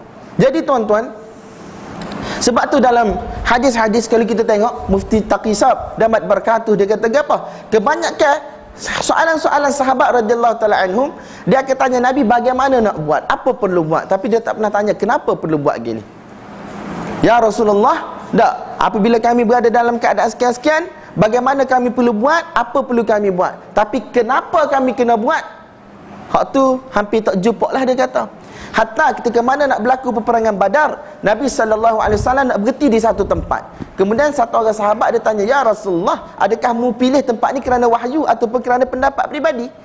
Tak. Sahabat dia nak i'tirad ataupun dia nak tanya Nabi SAW, dia tanya dengan penuh adab, ya Rasulullah, ini wahyu ataupun ini pilihanmu? Jadi Nabi SAW kata bukan wahyu, tapi ra'yun arah, aku nampak lagu ni. Dan dia kata, ya Rasulullah, aku ada cadangan yang lain. Sahabat dia lagu tu tanya apa perlu buat, bagaimana nak buat, tapi kenapa perlu buat tu sahabat tak tanya. Jadi tuan-tuan, sebab tu iman maksud dia ialah at-tasdiq. At-tasdiq, kita membenarkan. Dan iman juga kata para ulama mari daripada perkataan aman, iaitu bila kita pegang benda-benda tersebut, kita percaya, kita yakin, kita berasa dalam keadaan aman, kita duduk dalam keadaan aman. Sebab apa? Kita tahu kita berada di atas jalan yang betul, landasan yang betul, dan kita sedang ikut syariat Allah Ta'ala. Dan syariat itu ialah kebaikan yang mana melimpah ruah untuk umat manusia. Satu perkataan syariat, tak, mari daripada perkataan syara'a. Syara'a ni antara maksud dia dari sudut bahasa ialah macam dua tebing sungai, ataupun kita kata sungai, yang mana air mengalir dalam sungai tersebut dengan amat laju, amat deras, membuak-buak. Dan syariat Islam diambil daripada perkataan tersebut, iaitu syariat yang mana penuh dengan kebaikan. Kan air ni kan sumber kebaikan untuk kita menanam padi, untuk kita kehidupan seharian, terutamanya kalau tuan-tuan pernah pergi Mesir, ataupun even kita di Malaysia ni, kita tak tahulah, saya jarang tengok orang ambil air sungai dan seumpamanya. Tapi kalau Mesir tu sepanjang-panjang sungai Nil, situlah tempat dia basuh baju, itulah air dia ambil untuk kehidupan seharian, mandi, masak, basuh puyuk belanga dan seumpamanya. Jadi sungai itu adalah sebenarnya daripada perkataan syara'ah, iaitu al-ma'ul kathirul khairul mutadaffiq, air yang banyak, yang penuh dengan kebaikan, yang mana membuak-buak untuk kehidupan manusia. Jadi kitabul iman sebenarnya tasdik kita rasa aman. Sebab apa? Syariat hak mana kita nak amal dalam kehidupan kita, hak kita nak perjuang dalam kehidupan kita, sebenarnya benda itu ialah al-khairul kathir, satu kebaikan yang sangat banyak, yang mana Allah Ta'ala telah bagikan kepada umat manusia melalui Nabi Sallallahu Alaihi Wasallam. Bahkan dalam hadis yang sahih riwayat Imam Muslim rahmatullahi alaih, Nabi sallallahu alaihi wasallam kata apa? Mathalu ma ba'athani Allah bihi minal huda wal ilmi kamathalil ghaithi asaba ardan. Perumpamaan ilmu dan hidayat yang Allah Subhanahu wa taala utuskan kepada aku, kamathalil ghaith, seumpama air hujan asaba ardan, yang mana telah menimpa bumi, yang mana turun mencurah ke bumi. Kemudian sambungan hadis tu tuan-tuan tahulah, ada tanah yang lembut, ada tanah yang kerah, ada tanah yang seumpama pasir. Tapi nak royak, Nabi sallallahu alaihi wasallam buat perumpamaan apa? Kamathalil ghaith. Ghaith ni, apa beza ghaith dengan matar? Kita terjemah ghaith penghujan, matar penghujan. Tapi kata para ulama, ghaith ni daripada kalimah ghauth. Ghauth ni aghatha yughithu, iaitu menolong, iaitu matar ba'da qahat, iaitu air hujan yang turun selepas kemarau yang sangat panjang dan sangat kering, yang mana menyebabkan manusia hidup dalam keadaan susah, binatang ternakan mati, tumbuh-tumbuhan mati. Jadi syariat ni, ilmu dan hidayat ni Allah Ta'ala hantar bersama dengan Nabi sallallahu alaihi wasallam adalah seumpama air hujan lagu tu, mari untuk membasahkan bumi, tumbuhkan tumbuh-tumbuhan, manusia dapat hidup kembali, binatang dapat hidup kembali. Itu syariat yang perlu kita yakini dan kita imani, tuan-tuan. Nampak tak? Dan satu lagi syariat, dan satu lagi iman ini, kalau kita ngaji bahasa Arab, amana yu'minu. Tak, kadang-kadang dia mari dengan yu'minuna billah, ada huruf ba tengah tu. Yu'minuna Allah, jarang kita dengar. Mereka beriman dengan Allah Ta'ala, biasa dia mari ba, dengan ada huruf ba situ. Kadang-kadang dia masuk dengan huruf lam. Jadi perbahasan dia, kalau masuk dengan huruf lam, adalah maksud dia lil inqiyad, iaitu kita ni menyerahkan diri kita 100% kepada Allah Ta'ala. Itu maksud beriman. Iman ni bila kita serah, bukan kita percaya saja, bukan kita yakin saja, tapi kita kena serah. Dan daripada iman lil inqiyad inilah kita akan bahaskan insya-Allah nanti, apakah iman itu hanya semata-mata tasdik, ataupun iman itu ialah tasdik dan kita kena ngaku dengan mulut kita, kita kena royak dengan mulut kita, dan kita kena benarkan dengan amal perbuatan kita. Amal perbuatan kita ni sebenarnya, tuan-tuan, yang akan menunjukkan sama ada kita beriman ataupun tidak pada Allah Ta'ala, mengikut pandangan ahli sunnah wal jamaah. Iman ni dia mari juga dengan makna inqiyad, iaitu kita serah diri bulat-bulat pada Allah Ta'ala. Gapo Allah Ta'ala kata buat, kita buat. Gapo Allah Ta'ala kata kita kena tinggal, kita kena tinggal. Jadi tuan-tuan, iman, kata para ulama ahli sunnah, ialah tasdiqun bil qalb. Kita benarkan dengan hati kita, kita yakin dengan hati kita. Ramai sahaja orang yang mana pada zaman Nabi dia benar, dia percaya. Abu Talib, pak saudara Nabi, percaya. Even Abu Jahal percaya. Tak? Abu Lahab percaya. Ramai je orang percaya. Tetapi mereka tidak mahu sebut dengan mulut mereka, mereka tidak mahu ikrar dengan lisan mereka, mereka tidak mahu royak, tidak mahu akui dengan lisan mereka. Ada beberapa sebab lah. Biasanya melibatkan juhud, iaitu mereka mengingkari benda tu kerana benda-benda bersifat dunia dan seumpamanya. Takut hilang harta benda, takut hilang pengikut, takut hilang kekuasaan, jawatan dan seumpamanya. Ada je. Sebab tu ulama kita kata iman ni bukan mujarradut tasdiq, bukan semata-mata kita tahu, kita yakin dalam hati. Ramai je orang tahu. Firaun tahu, Firaun yakin, tapi tak sih. Jadi sebab tu ulama kata kena ada ikrar bil lisan, kita kena sebut dengan lisan kita. Dan yang ketiga ialah al-amalu bil jawarih, kita kena amal dengan batal tubuh kita. Kalau kita mengaku kita mukmin, kita mengaku kita muslim, tetapi kita tak semaya, kita tidak puasa, kita tak keluar zakat dan seumpamanya, jadi tak betul, tuan-tuan. Mengikut ahli sunnah, al-iman qaulun wa amal. Iman ialah perbuatan dan juga percakapan. Dia kena tasdik dengan perbuatan dia. Kalau dia tak tasdik dengan perbuatan dia, kalau dia tak betulkan dengan perbuatan dia, dan dia tak ikrar dengan lisan dia, dia tidak dikira satu orang muslim di sisi Allah Subhanahu wa taala. Tidak dikira satu orang mukmin di sisi Allah Subhanahu wa taala. Tapi tuan-tuan, perbahasan iman dari sudut firak-firak, kumpulan-kumpulan yang pelbagai benda ni panjanglah. Ada Jahmiyah kata lagu ni, Karramiyah kata lagu ni, Mu'tazilah kata lagu ni. Kita tak usah nak bahas benda tu sebab kita bukan duduk dalam majlis untuk itu.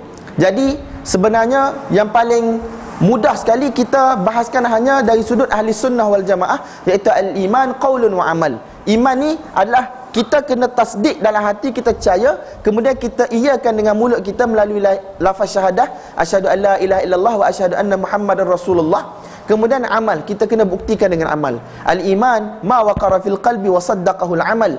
Iman ialah apa yang ada duduk kejap, kemah keming dalam hati kita, wa saddaqahu al-amal, dan dibenarkan oleh amal.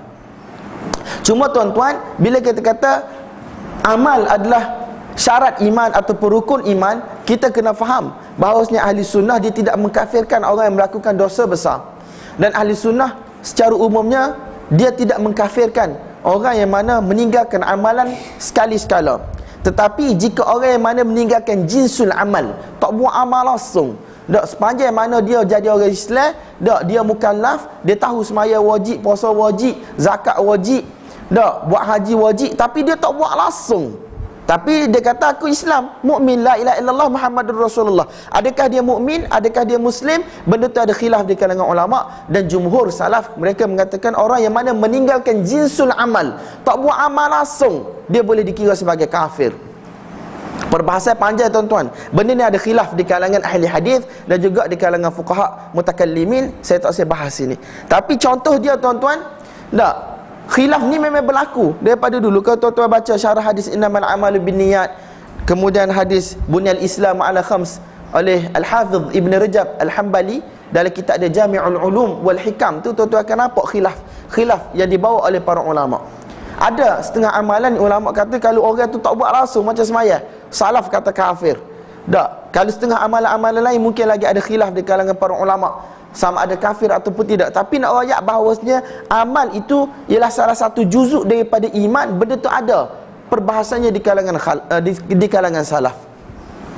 Dan di kalangan salaf, walaupun dia kata iman terbina daripada percaya, yakin daripada hati, pengiyakan, pengakuan dengan mulut dan amal, mereka tidak mengkafirkan orang yang meninggalkan amal sekali-sekala. Let's say kita kata, tak ada budak, tak, dia pergi main bola, dia tahu bahawasanya dia kena semaya asar, tapi dia tak semaya. Jadi dia pun tak semaya, bukan sebab dia lupa, bukan sebab dia ingkar, tetapi kerana kaslan, kerana dia malah. Adakah dia dikafirkan ataupun tidak? Kata para ulama, dia tidak dikafirkan.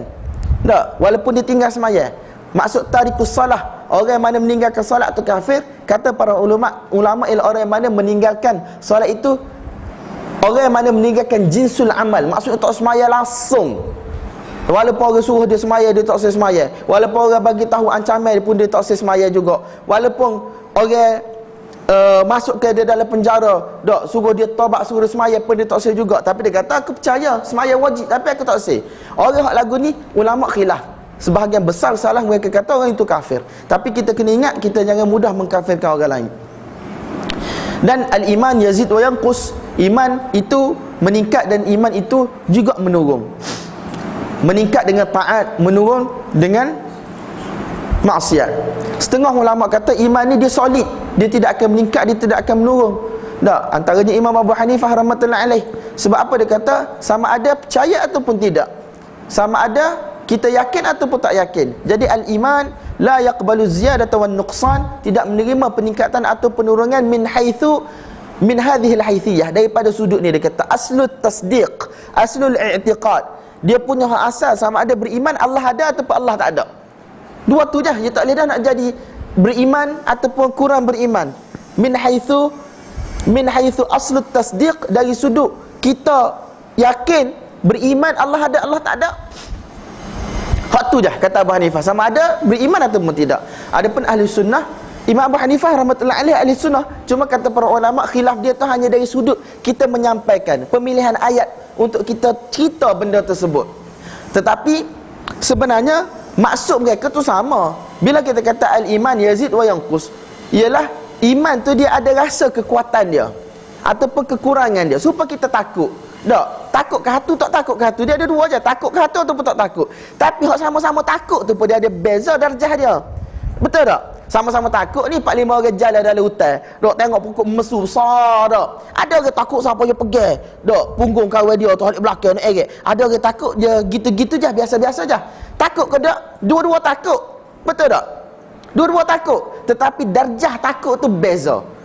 Tapi takut tu ada. Begitu juga ulama ahli sunnah mengatakan al-iman yazid wa yanqus. Iman tu naik, iman tu turun. Naik tu sejauh mana kesusahan dia dalam agama, sejauh mana susah payah dia mengaji, sejauh mana yakin dia dengan janji Allah. Jadi dia punya iman tu, hak yakin, hak percaya tu dia akan naik, dia besar. Bukan dari sudut kaif, bukan dari sudut kam, dari sudut bilangan kuantiti semata-mata, tetapi sudut kaif, iaitu lagu mana iman dia tu meningkat dan lagu mana iman dia tu menurun.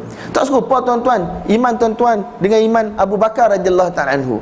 Aslut tasdik ada, yakin bahawanya Allah Ta'ala itu Allah Ta'ala yang menciptakan, yakin Nabi Muhammad sallallahu alaihi wasallam itu Nabi yang diutuskan. Hatta kita hari ni lah tak payah banding dengan Abu Bakar, kita banding dengan ustaz-ustaz kita, ataupun kita banding dengan pokcik-pokcik, tok-tok lebakar pun kita beriman, yakin bahawasanya azan tu perintah Allah Ta'ala, dak semaya berjemaah perintah Allah Ta'ala, gini-gini. Tapi cara kita buat amal ibadat tu serupa dak dengan dia.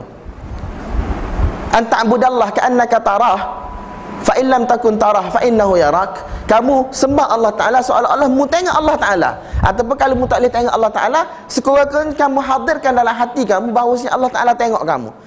Sama-sama yakin Allah Ta'ala suruh kita sembahyang, sama-sama yakin Allah Ta'ala tengok kita. Tapi beza kita tu mana tuan-tuan? Kita dengan Allah Ta'ala. Beza kita dengan orang-orang kampung, hak tua-tua, hak pocik-pocik, hak lebah-lebah, ustaz-ustaz, masya-Allah ni, beza mereka dengan kita dalam masalah takut pada Allah Ta'ala, perasaan Allah Ta'ala tengok kita, Allah Ta'ala sedang melihat kita, meneliti kita, perasaan tu beza. Besar kecil dia tu. Itu maksud ahli sunnah, al-iman yazid wa yanqus.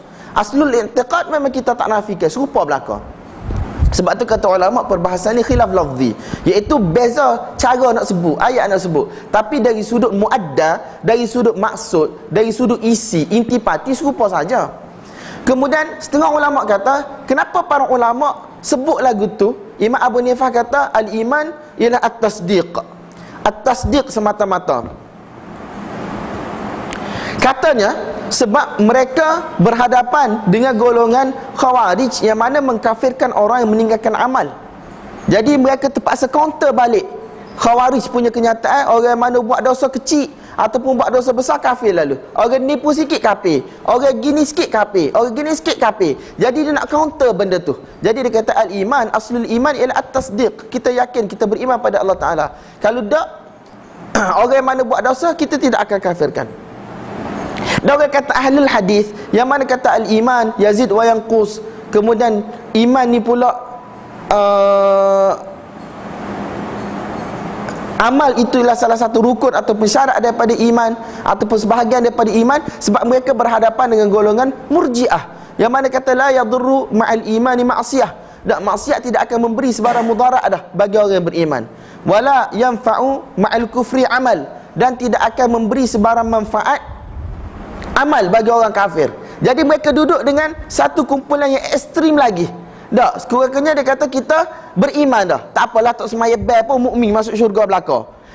Jadi bila mereka berada dengan golongan yang ekstrim lagu ni, golongan yang hulu melampau lagi ni, mereka terpaksa zahirkan iman ini sebenarnya ialah lisan pun kena ngaku, amal pun kena buat. Adapun golongan yang dihadapi oleh Imam Abu Hanifah rahmatullahi alaih ialah golongan yang mana mengkafirkan orang yang meninggalkan amal ibadat, orang yang mana melakukan dosa kecil, dosa besar pun dikafirkan oleh mereka.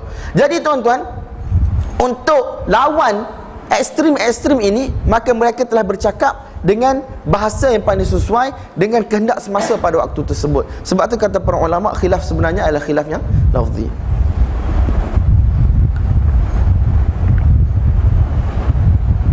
Kitabul Iman. Selepas Kitabul Iman, Imam Bukhari rahmatullahi alaih dia buat Kitabul Ilm.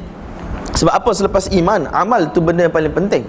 Tak, kalau kita yakin saja, tak beriman saja Allah Ta'ala ni Tuhan yang cipta 7 petala langit, 7 petala bumi, hantar Nabi sekian-sekian, tapi kita tak sibuk amal, tak jadi juga mengikut ahli sunnah wal jamaah.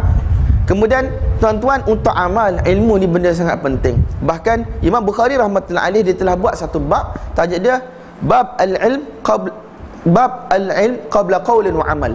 Bab tentang ilmu, pentingnya ilmu sebelum kita bercakap dan sebelum kita beramal. Ibn Ruslan kata wa kullu man bighairi ilmin ya'malu a'maluhu mardudatun la tuqbalu. Setiap orang yang mana buat amal tanpa ilmu pengetahuan, a'maluhu mardudatun la tuqbalu, Allah Subhanahu wa taala tidak akan terima amalan dia, akan tertolak dan tidak akan diterima oleh Allah Subhanahu wa taala. Dan tuan-tuan, bila kita sebut ilmu, ilmu ni ada dua. Satu ilmu fardu ain dan ilmu fardu kifayah. Ilmu fardu ain, benda tu wajib ke atas setiap mukallaf.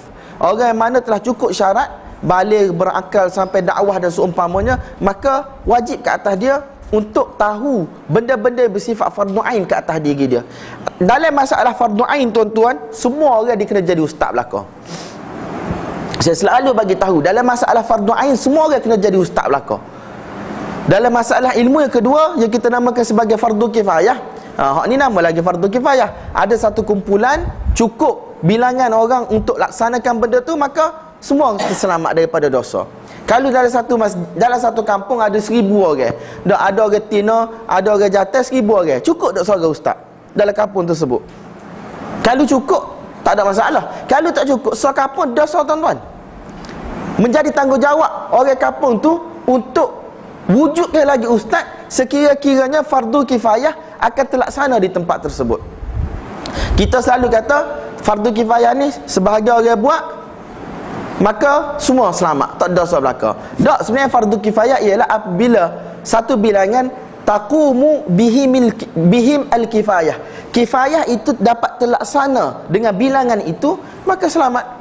Kalau kita kata untuk uruskan jenazah, kita perlu 5 orang dalam kampung tu. Dah untuk gali kubur, dah untuk mandi, untuk buat keranda dan seumpamanya, untuk pikul nak pergi kubur. Jadi kalau dengan 5 orang cukup, 5 orang buat baru jadi. Tapi kalau dengan seorang je cukup, dia ni memang orang bisa, boleh buat belaka. Dok super power gapo dia ada kita tak tahulah. Maka seorang pun cukup. Tapi tuan-tuan, bila mari dalam bab fardu kifayah, dalam satu kampung ada 1000 orang, 2000 orang, ada seorang je tik email, seorang tak bila, cukup tak rasa? Kalau tak cukup, tuan-tuan, untuk orang tu buat kerja tu, tak, untuk mengajar lagi, untuk jadi tik email lagi dan seumpamanya, untuk buat dakwah lagi, maka menjadi dosa orang kampung tu, sehinggalah dia menyempurnakan tuntutan untuk adakan ulama yang kedua dan ketiga dalam kampung dia, untuk mengajar ngaji dan seumpamanya. Sebab benda ni adalah fardu kifayah dan menjadi kewajipan orang kampung untuk tanggung ustaz-ustaz tu sebelum dia jadi ustaz lah, masa dia budak, untuk dia pergi ngaji. Dan menjadi kewajipan untuk orang kampung tu untuk tengok keluarga budak tersebut. Kalau dia tu anak lelaki, anak sulung, yang mana dia kena tanggung mak ayah dia, dan mak ayah dia pun orang miskin dan seumpamanya, menjadi kewajipan fardu kifayah untuk orang kampung tu untuk cara dan laku kepada keluarga dia tu. Ini antara konsep fardu kifayah tak ada dah dalam kehidupan kita masyarakat hari ni. Kalau dulu ustaz-ustaz kami Mesir dia cerita apa? Orang kampung dia akan, orang kata apa, saling tolong antara satu sama lain. Dia akan saling berusaha untuk hantar beberapa orang budak untuk pergi ngaji di Al-Azhar. Segala tanggungjawab, makan, minum, buku dan seumpamanya akan ditanggung oleh kampung. Dak keluarga budak-budak tu pula, kalau hak keluarga yang miskin dan seumpamanya, orang kampung akan tengok. Tak, sebab tanggungjawab budak jantan tu bila dia balik untuk dia kerja, untuk tanggung diri dia dan untuk tanggung diri mak ayah dia. Tapi sebab kerja agama, kena ngaji dan seumpamanya, dia tak boleh. Jadi tanggungjawab fardu kifayah itu telah diambil, telah dipikul oleh masyarakat setempat. Jadi tuan-tuan, benda ni semakin hilang dalam kehidupan kita. Tak, kita tak ambil cara langsung pun budak tepi rumah kita pergi ngaji, ada pitih ke tak, padahal dia nak balik ngajar. Tak, kita tak ambil tahu langsung pun mak ayah budak tu lagu mana, hak dia tinggal ada duit tak ada duit, dok makan minum. Sepatutnya anak dia kalau duduk rumah buat padi orang getah, boleh juga tengok-tengok mak ayah dia. Jadi tuan-tuan, ini konsep fardu kifayah. Konsep fardu ain tadi, ilmu fardu ain ni semua orang kena jadi ustaz dalam masalah fardu ain. Dalam bab taharah, bersuci, dalam masalah najis, dalam masalah haid nifas bagi orang tina istihadah, dalam masalah tayamum, dalam masalah mandi wajib dan seumpamanya, semua orang dia kena jadi ustaz. Semua orang kena jadi ustaz, dia kena jadi ustazah sekira-kiranya macam dia tu, dia boleh fatwa atas diri dia sendiri. Lagu mana dia nak jadi ustaz, tuan-tuan? Lagu mana dia nak jadi ustazah? Dengan erti kata daripada kecil lagi dia kena ngaji benda-benda tu. Walaupun habis kitab kecil, ulai pula kitab lain, ulai pula kitab lain. Kau besar, kau banyak sikit masalahnya yang berlega seputar masalah ni. Saya selalu bagi tahu orang awam ni, dia kena ngaji 3 benda aja. Taharah, solat, puasa. Taharah, solat, puasa. Zakat orang miskin tak wajib dah zakat, tapi dia kena tahu tentang zakat fitrah. Kemudian umrah, haji, kalau dia cukup kemampuan dan seumpamanya, wajib baru dia ngaji. Dasar lagi kalau dia nak nikah kahwin, baru dia kena ngaji bab nikah kahwin. Dak zihar tu lagu mana, nafkah lagu mana, dak cerai-berai tu lagu mana, dak ilak rujuk gapo semua tu dia kena ngaji. Bila dia duduk dalam benda tu baru jadi wajib pada dia. Begitu juga dia kena ngaji sikit ialah dalam masalah jual beli. Tak, dia kena ngaji masalah jual beli sebab ni benda hak mana terlibat dengan kehidupan dia seharian. Tak, sewa, gadai dan seumpamanya benda ni dia kena ngaji bila terlibat. Kalau dia tak jual beli, dia duduk rumah, tok lelaki dia pergi beli. Tak, beli sayur kau, beli ayam kau, beli gapo kau, dia duduk rumah je masak je. Tak wajib atas dia ngaji ilmu muamalat jual beli. Tak ada emas nak pergi gada, tak ada rumah nak sewa, tak ada nak sewa rumah, tak ada nak sewa kereta, tak wajib. Tapi kalau dia nak pergi sewa kereta dia wajib dia tahu ilmu sewa beli lagu mana. Tak, sewa lagu mana. Tak, kalau punah kereta hak siapa kena bayar. Tak, kalau gini gana nak sewa dari sudut masa kau, nak sewa dari sudut jarak kau, macam-macam. Bila dia terlibat dengan benda tu baru dia kena ngaji. Kalau tak wajib atas dia. Jadi tuan-tuan, ilmu ni satu benda yang penting. Berapa ramai hari ni di kalangan kita, anak-anak muda, kita hantar dia ngaji engineering, ngaji medik, ngaji gua tu, ngaji gua ni. Tak betul baca. Tak. Budak tina kalau masalah bak darah tak tahu. Golek-golek tak tahu. Apa kita pula tubik darah orang tanya? Tak, kita pula malu nak tanya darah tu warna lagu mana? Coklat ke, merah ke, tubik bila? Tak, skala tubik bila? Kita pula serupa kita tak aja tengok pun dalam hidup kita darah tu lagu mana, tapi kita jawab serupa kita tubik darah. Maaf banyak dak, tapi ilmu ni tak boleh malu. Jadi tuan-tuan yang mulia, hari ni di kalangan kita terlupa gapo hak fardu ain. Sebab apa? Sebab pengajian kita tidak bersistem. Di sekolah ada hak ngaji masya-Allah, tapi tak tahu apa lepas budak habis sekolah rendah, sekolah menengah jadi pakak tak tahu habis. Padahal kalau kita tengok sekolah rendah, sekolah menengah, walaupun sekolah kerajaan, dia punya silibus, dia punya sukat tab pengajian tu tinggi. Tapi apa lepas tu budak pun tak tahu gos sekarang. Supaya tak tahu gos sekarang. Benda hak najis lagu mana, nak semaya jemaah lagu mana. Padahal benda tu ada daripada sekolah rendah sampai sekolah menengah ngaji. Sekolah menengah tu saya ingat saya ngaji sekolah kami mula. Dak kata 2 tu ngaji dah bab jamak qasar. Kata 2 tu ngaji dah bab jamak qasar. Naik kata 4 tu ngaji bab haji bab umrah dah. Sekolah KJN ni guna buku teks sekolah KJN. Tapi kita tak tahu apa yang berlaku di kalangan masyarakat kita. Bukan kata semaya jamak qasar, semaya jemaah hak biasa tu pun tak tahu gos sekarang lagi. Semaya Jumaat tu pun tak tahu lagi. Kalau mari, dak, tok imam rokok dah. Rokok untuk rakaat kedua. Tak ada rokok dengan tok imam. Mari-mari tok imam duduk tengah sujud dah. Dak, ataupun tok imam duduk tahiyat dah. Nak semaya 4 rakaat ke nak semaya 2 rakaat? Memang ada khilaf dengan mazhab Imam Abu Hanifah rahmatullahi alaih. Kalau mazhab Syafi'i pun tak tahu, mazhab Abu Hanifah kau tak tahulah. Jadi tuan-tuan, kita ni masalah kita duduk mana? Kita tak tahu kita duduk tunggik-tunggik lah ni duduk semaya ni Allah terima ke tak? Semoga Allah Ta'ala terima. Tapi kebanyakan masyarakat ramai sangat buat amal ibadat hanya ikut-ikutan. Sedangkan benda itu bersifat fardu ain, bersifat taharah, semaya, puasa yang mana kena buat dengan amal. Ibn Ruslan dalam Mata Zubat dia kata, wa kullu man bighairi ilmin ya'malu a'maluhu mardudatun la tuqbalu. Setiap orang yang mana buat amal ibadat tidak mengikut ilmu, maka amal dia adalah tertolak dan tidak akan diterima. Bahkan setengah ulama kita kata, walaupun ada setengah ulama yang longgar, dia kata orang hak mana tak boleh beza dalam semaya dia, hak mana wajib, hak mana sunat tu pun Allah Ta'ala tak terima semaya dia. Sebab benda ni melibatkan fardu ain, benda hak simple dan basic yang mana semua orang kena tahu daripada kecil. Umur 7 tahun ayah dia kena ajar, ataupun ayah dia kena cari upah guru untuk ajar. Tak akan nak nyapa kau umur 15 tahun tu. Tak, dalam masa 8 tahun tu dia tak boleh nak beza mana sunat dengan mana fardu. Setengah ulama kata tak boleh nak beza mana sunat mana fardu dalam semaya dia pun semaya dia tak sah.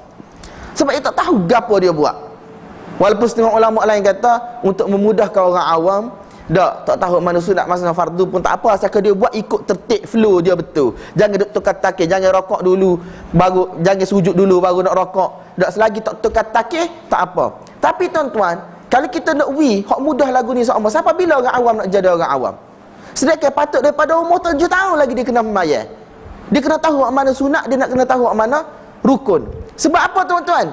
Kena tahu. Sebab takut dia tersalah dalam semaya dia. Sama ada dia kena sujud sahwi ke, dia tak kena sujud sahwi ke, takut tinggal benda sunat. Selain daripada sunat Ahmad dalam mazhab Syafi'i, dia pergi sujud sahwi. Contoh let's say dia tak baca tasbihat dalam rukuk dia. Subhana rabbiyal azim 3 kali dak. Dia pun pergi sujud sahwi. Mazhab lain ada sujud sahwi. Kalau tinggal benda-benda bersifat sunat dalam mazhab Syafi'i, tinggal kunut subuh dengan tahiyat awal sahaja sujud sahwi. Kalau tinggal rukun nak buat lagu mana? Sebab tu benda tu kena tahu. Tak okeylah dalam masa 8 tahun tu tak boleh nak beza lagi hak mana sunat, hak mana rukun. Sebenarnya kita boleh beza dah. Tapi apa tak jadi tuan-tuan? Sama ada qillatul ihtimam min qibalil abawin, kurangnya ambil berat daripada belah mokpok, ataupun guru tu sendiri ambil gaji semata-mata, tak ada sifat mendidik, ataupun tak tahulah salah kerajaan ko, salah hiburan hak melampau sangat ko, salah saing ko. Tak boleh nak salah saing, sebab saing itu pun ialah hasil ciptaan yang sama. Orang hak tula cuma mari kumpul duduk sekali dan seumpamanya. Jadi tuan-tuan, ilmu ni satu benda yang penting. Sebab itulah Imam Bukhari rahmatullahi alaih selepas Kitabul Iman, dia bawa Kitabul Ilm. Cukup tak? Puas kau dengar tak? Kita tak letih takut alik demo puas ha? Puas ngaji jadnes tengah ngajak kita nak nyapa pukul 11 suku. Kalau duduk madrasah 11 suku baru rehat. Kalau musim panas pukul 3 tu baru semaya Zuhur. Tak, dah lah tidur lama. Kalau musim sejuk gak, kadang-kadang pukul 2 tu kena bangun nak semaya Zuhur dah. Tak, nyapa kuasa pula. Malam tu ada kelas malam pula. Tempat kita alhamdulillah malam tak ada kelas dengan ustaz. Hanya kena duduk dalam dewan besar. Dia panggil nigrani. Waktu supervision, maksud kita prep malam lah gitu. Ada ustaz yang jaga 2-3 orang, budak kelas hafiz ada ustaz 2 orang, budak kelas kita ada ustaz 2 orang, ambil kehadar ada seumpamanya. Tak, kalau setengah madrasah lain malam pun mengajar. Tak. Tapi wallahu alam, kita tak apa sebab kita ada kelas, kita duduk dengar ya. Ustaz tu kena kecek. Marilah baca sikit. Saya tak saya baca, letih. Orang lain baca boleh tak? Siapa nak baca? Ustaz kami kata, kalau ustaz baca, ustaz sama pandai. Tak, kalau ustaz baca, ustaz sama pandai. Tapi kalau budak baca, budak jadi pandai. Dekat India, Pakistan, kalau kitab lama dia mula, mana ada baris. Hak cetak baru ni je ada baris. Kalau tuan-tuan tengok Bukhari, hak 2 jilid, hak comel tu, hak kecil sikit daripada biasa. Kalau tuan-tuan pernah tengok Bukhari hak besar tu, dulu tak ada baris. Kalau ni ada baris sikit. Jadi budak-budak dia nak masuk, dia nak baca depan ustaz, baris kena betul lah. Maksudnya dia akan buat ulang kaji dan seumpamanya, baru dia masuk kelas. Kalau baris ada baris dah ni, ikut baris tu lah. Memang dia tak baca dah. Kalau tak, dia kena mutalaah dulu betul baris dan seumpamanya. Kalau tak, makan roti free ataupun makan nyopah free. Ada kelas. Siapa nak baca? Siapa nak pergi Mesir ke Madinah ke Jordan ke, tolak kat tangan sikit.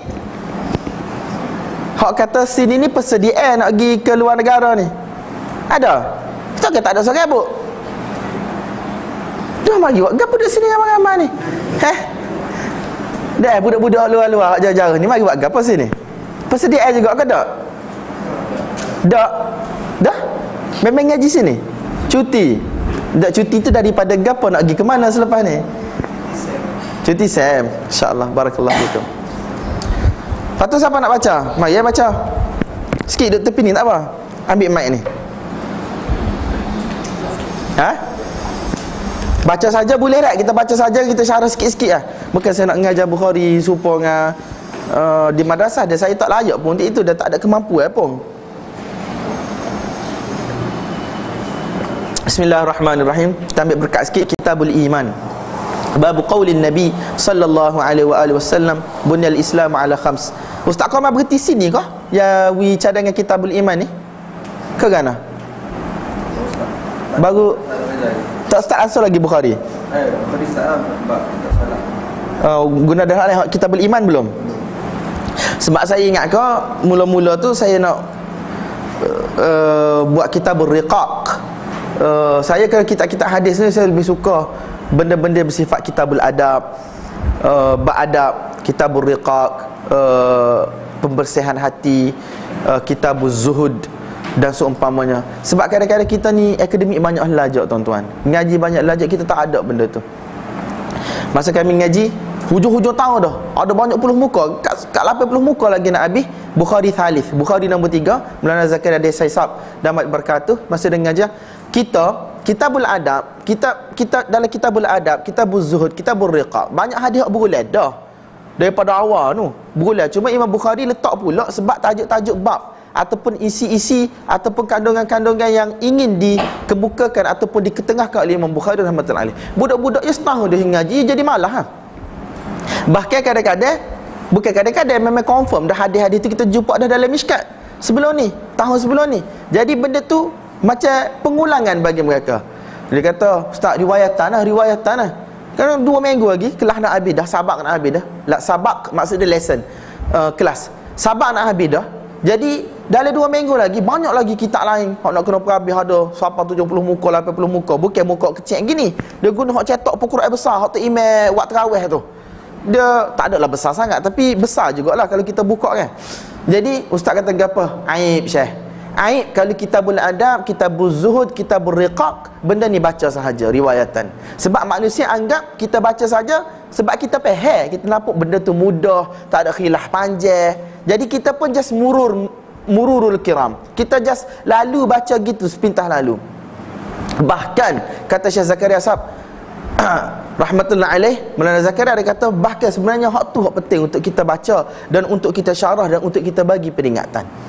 Banding kat kitabus salah. Oh, puak-puak ni kalau ngaji kitabus salah, kitabus zakah, kitabul haj, nyabahah mazhab tu kat nyabahah, bahah.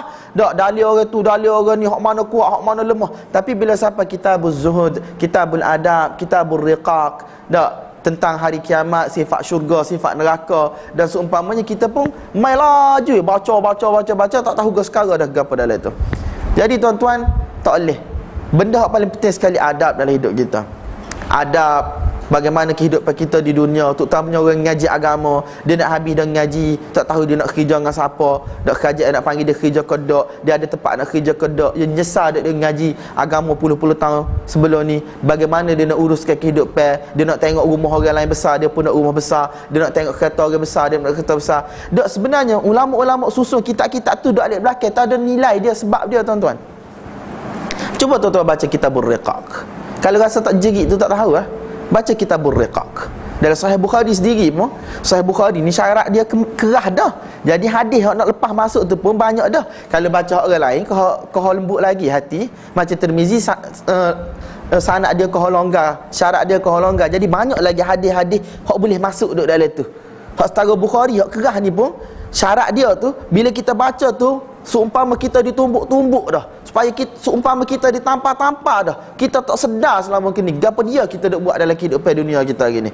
Kalau kita baca kitab lain Az-Zuhud Ibnu Mubarak dan seumpamanya, memang berat lagi kita kena tuan-tuan. Hari ni kita lupa, satu kita manusia kita lupa kita nak mati. Itu ya sebenarnya. Kita lupa bahawa di sana ada kubur, ada syurga, ada neraka. Tak, dunia yang kita duk kumpul hari ni bukan tak penting-penting, tapi itu bukan penghujung kehidupan kita.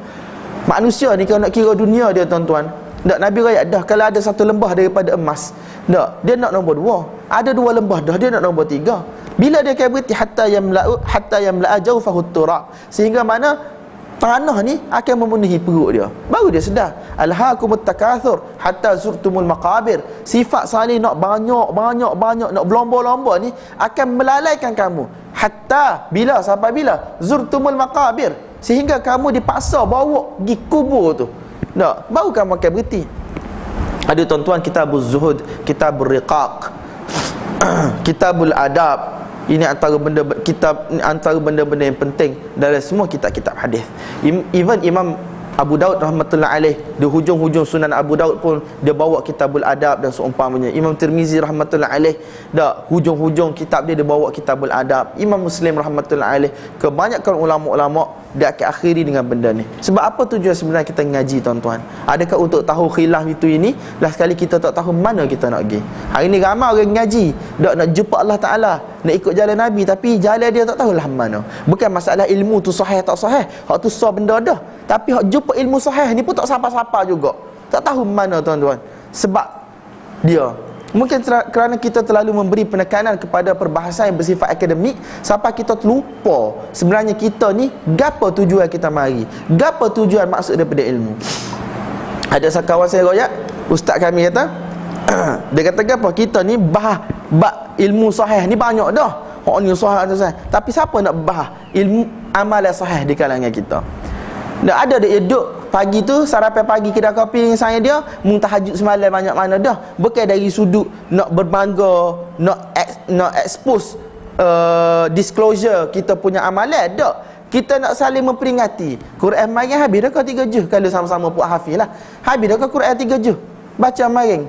Dak, duha maring berapa rakaat boleh. Jadi benda-benda lagu ni tuan-tuan, dak kita tak bahas beramal hak sahih ni.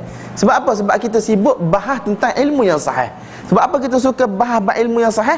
Sebab kita tak payah beramal. Dengan ilmu yang sahih ni boleh kecek je, lepas kecek, lepas buka kitab, lepas sebut nama ulama tu.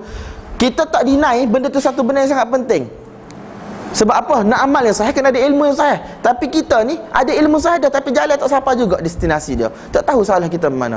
Sebab apa tuan-tuan? Sebab kita tak duduk bawah bimbingan guru-guru ataupun ulama-ulama yang rabbani. Tak, kita tak sebutlah istilah-istilah tok guru mursyid, kau gapo takut tertuai allergic pula.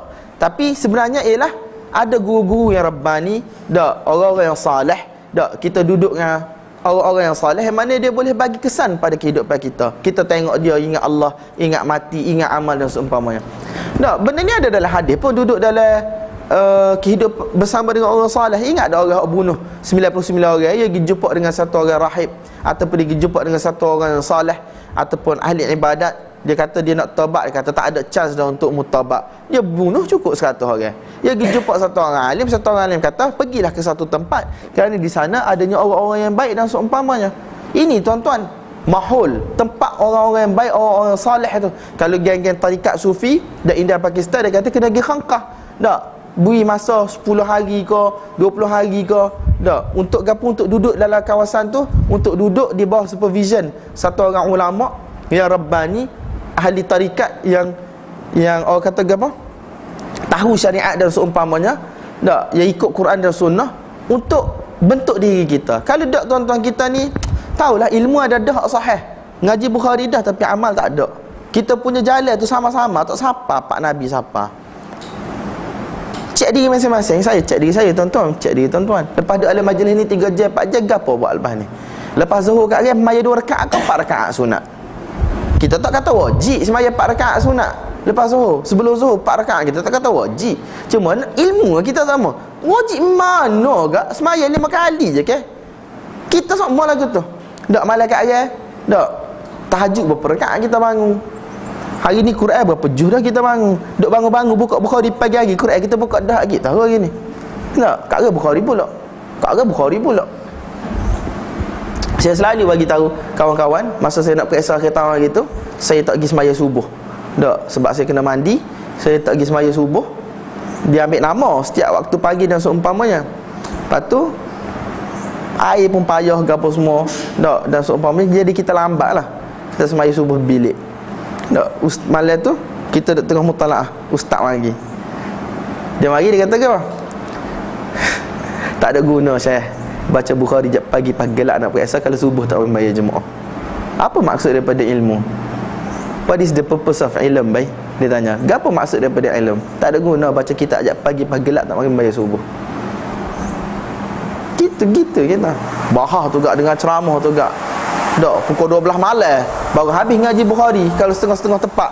Tak, kalau jenis title laki seminggu sekali kau dan seumpamanya. Lepas tu balik tu tidur kau, tahajud kau, subuh esok lagu mana kau, kita tak aja cek diri kita. Semoga Allah Ta'ala bagi taufik pada saya tuan-tuan untuk amal dan untuk sampai. Kitabul Iman, bab qaulin Nabi sallallahu alaihi wasallam bunyal Islam ala khams. Bab kenyataan Nabi sallallahu alaihi wasallam, Islam telah dibina di atas 5 ni 5 rukun, 5 tiang lah. Wa huwa qaulun wa fi'lun wa yazidu wa yanqus. Iman adalah qaul dan fa'il. Kita syarah dah belakang ni tadi. Kita kena ikrar dengan lisan, fa'il perbuatan kita. Al-iman ma waqara fil qalbi wa saddaqahu al-amal. Iman yang mana duk keming kejak dalam hati kita, tetapi mesti dibenarkan oleh amal. Tak, sebab benda dalam kita tak nampak. Kita nak hukum dia tu muslim, kau mukmin, kau gana tahu pada kehidupan dunia kalau tanpa amal. Kalau kita nampak dia tu semaya, tak, nampak dia tu semaya, tak, nampak dia mari di masjid-masjid orang Islam, kalau dia mati, tak, kita tahulah dia muslim, kita boleh tanai lah.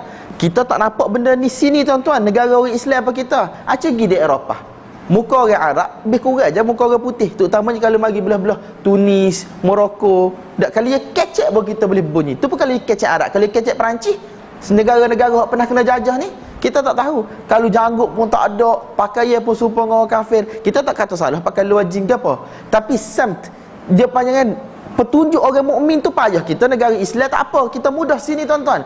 Denu tu kalau kita tak aja jumpa dia di masjid. Tak, benda ni melibatkan masalah harta pusaka dan seumpamanya. Kalau nikah pula dengan bini bukan orang Islam, ahli kitab, jadi banyak benda masalah. Sebab tu ulama kata qaulun wa fi'lun. dak fi'il ni akan menjadi sebagai tanda zahir kita ni muslim ataupun tak. Kalau mati nak tanam mana, nak urus lagu mana, harta yang ditinggalkan lagu mana, isteri lagu mana, anak lagu mana. Adapun iman semata-mata tasdiq, membenarkan, ikrar bil lisan pun bukan syarat, buat amal dengan perbuatan pun bukan syarat.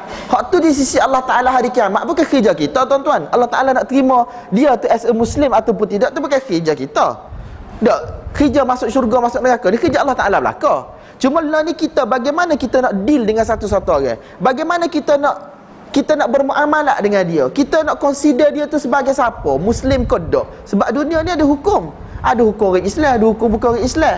Jadi kita nak tahu benda tu, ulama memberi penekanan yang sangat penting kepada fa'il. Wa yazidu wa yanqus, bertambah dan berkurang. Qala Allah Ta'ala, ini semua ayat-ayat yang Imam Bukhari rahmatullahi alaihi bawa adalah untuk menunjukkan kepada iman tu sama ada qaul dan fa'il, yazid ataupun yanqus. Liyazdadu imanan ma'a imanihim. Saya tak usah terjemah belaka, tu boleh baca terjemah sendiri. Wa zidnahum huda wa yazidullahu alladhina ihtadaw huda walladhina ihtadaw zadahum huda wa atahum taqwahum. Wa qawluhu wa yazdadu alladhina amanu imanan wa qawluhu ayyukum زادته هذه إيمانا فأما الذين آمنوا فزادتهم إيمانا وقوله جل ذكره فاخشوهم فزادهم إيمانا وقوله تعالى وما زادهم إلا إيمانا وتسليما والحب في الله والبغض في الله من الإيمان. Dan kita cinta kerana Allah Ta'ala, benci kerana Allah Ta'ala juga adalah daripada iman. Dan ayat hub dan bughd ni juga adalah amal, iaitu amalan hati. Wa kataba Umar bin Abdul Aziz ila Adi bin Adi, inna lil imani fara'idha wa syara'i'a wa hududan wa sunanan faman istakmalaha istakmala al iman wa man lam yastakmilha lam yastakmil al iman fa in a'ish fasaubayyinuha lakum hatta ta'malu biha wa in amut fama ana ala suhbatikum biharis. Jadi Umar bin Abdul Aziz Al-Khalifatul Rashid, dia telah tulis kepada Adi bin Adi bahawasanya iman ni dia ada faraid, dia ada benda-benda yang fardu, dia ada syara'i, dia ada syariat, ada hukum hakam dia, ada hudud, ada dia punya batas-batasan dia. Wa sunanan, ada benda-benda yang bersifat sunan yang bukan fardu. Faman istakmalaha istakmalal iman, siapa yang mana dapat sempurnakan semua benda ni, maka dia sempurnakan iman dia. Dan dia, jika orang tu tidak dapat sempurnakan semua benda ni, maka iman dia tidak sempurna. Lam yastakmilil iman. Sini Imam Bukhari rahmatullahi alaih juga nak tunjuk bahawasanya kadang-kadang iman dan Islam itu ialah satu benda yang sama dari sudut penggunaan dia. Islam biasanya kita fahami sebagai amal luaran, iman ni sebagai amal dalaman, iaitu tasdik biqalb. Tapi sebenarnya penggunaan dia iman dan Islam ni pada Imam Bukhari kita kata boleh serupa. Cuma kata para ulama, perkataan iman dan Islam kalau dia duduk sekali, dia membawa maksud yang berbeza. Tapi kalau dia duduk jauh-jauh, dalam ayat ni dia boleh membawa maksud yang sama. Dari sudut penggunaannya di sisi orang Arab dan di sisi ulama-ulama Islam, benda itu mudah, tak ada masalah. Dia kata apa? Wa man lam yastakmilha lam yastakmilil iman. Fa in aish, kalaulah aku hidup lagi selepas ini, fasaubayyinuha lakum, aku akan terangkan kepada kamu semua, hatta ta'malu biha, sehingga kamu dapat beramal dengan perkara-perkara tersebut. Wa in amut, jika aku mati, fama ana ala suhbatikum biharis, aku tak perlu lagi untuk bersahabat dengan kamu. Sebab apa? Aku kena sedia, ready untuk mati. Aku buat apa nak sibuk dengan orang lain lagi kan?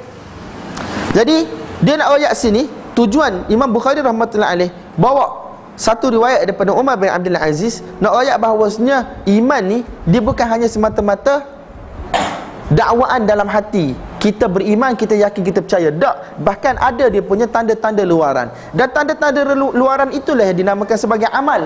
Dan amal itu ada yang mana fardu, ada yang sunat dan seumpamanya. Ada yang bersifat perintah, ada yang bersifat larangan.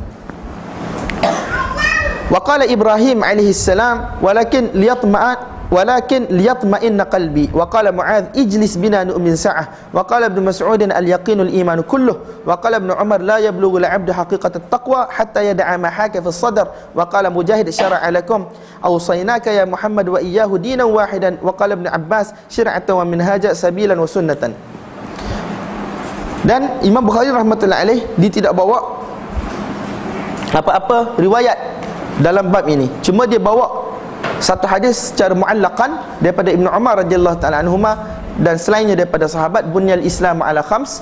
Jadi tujuan Imam Bukhari rahmatullahi alaih adalah untuk bagi tahu bahawa iman dan Islam itu adalah dua benda yang sama.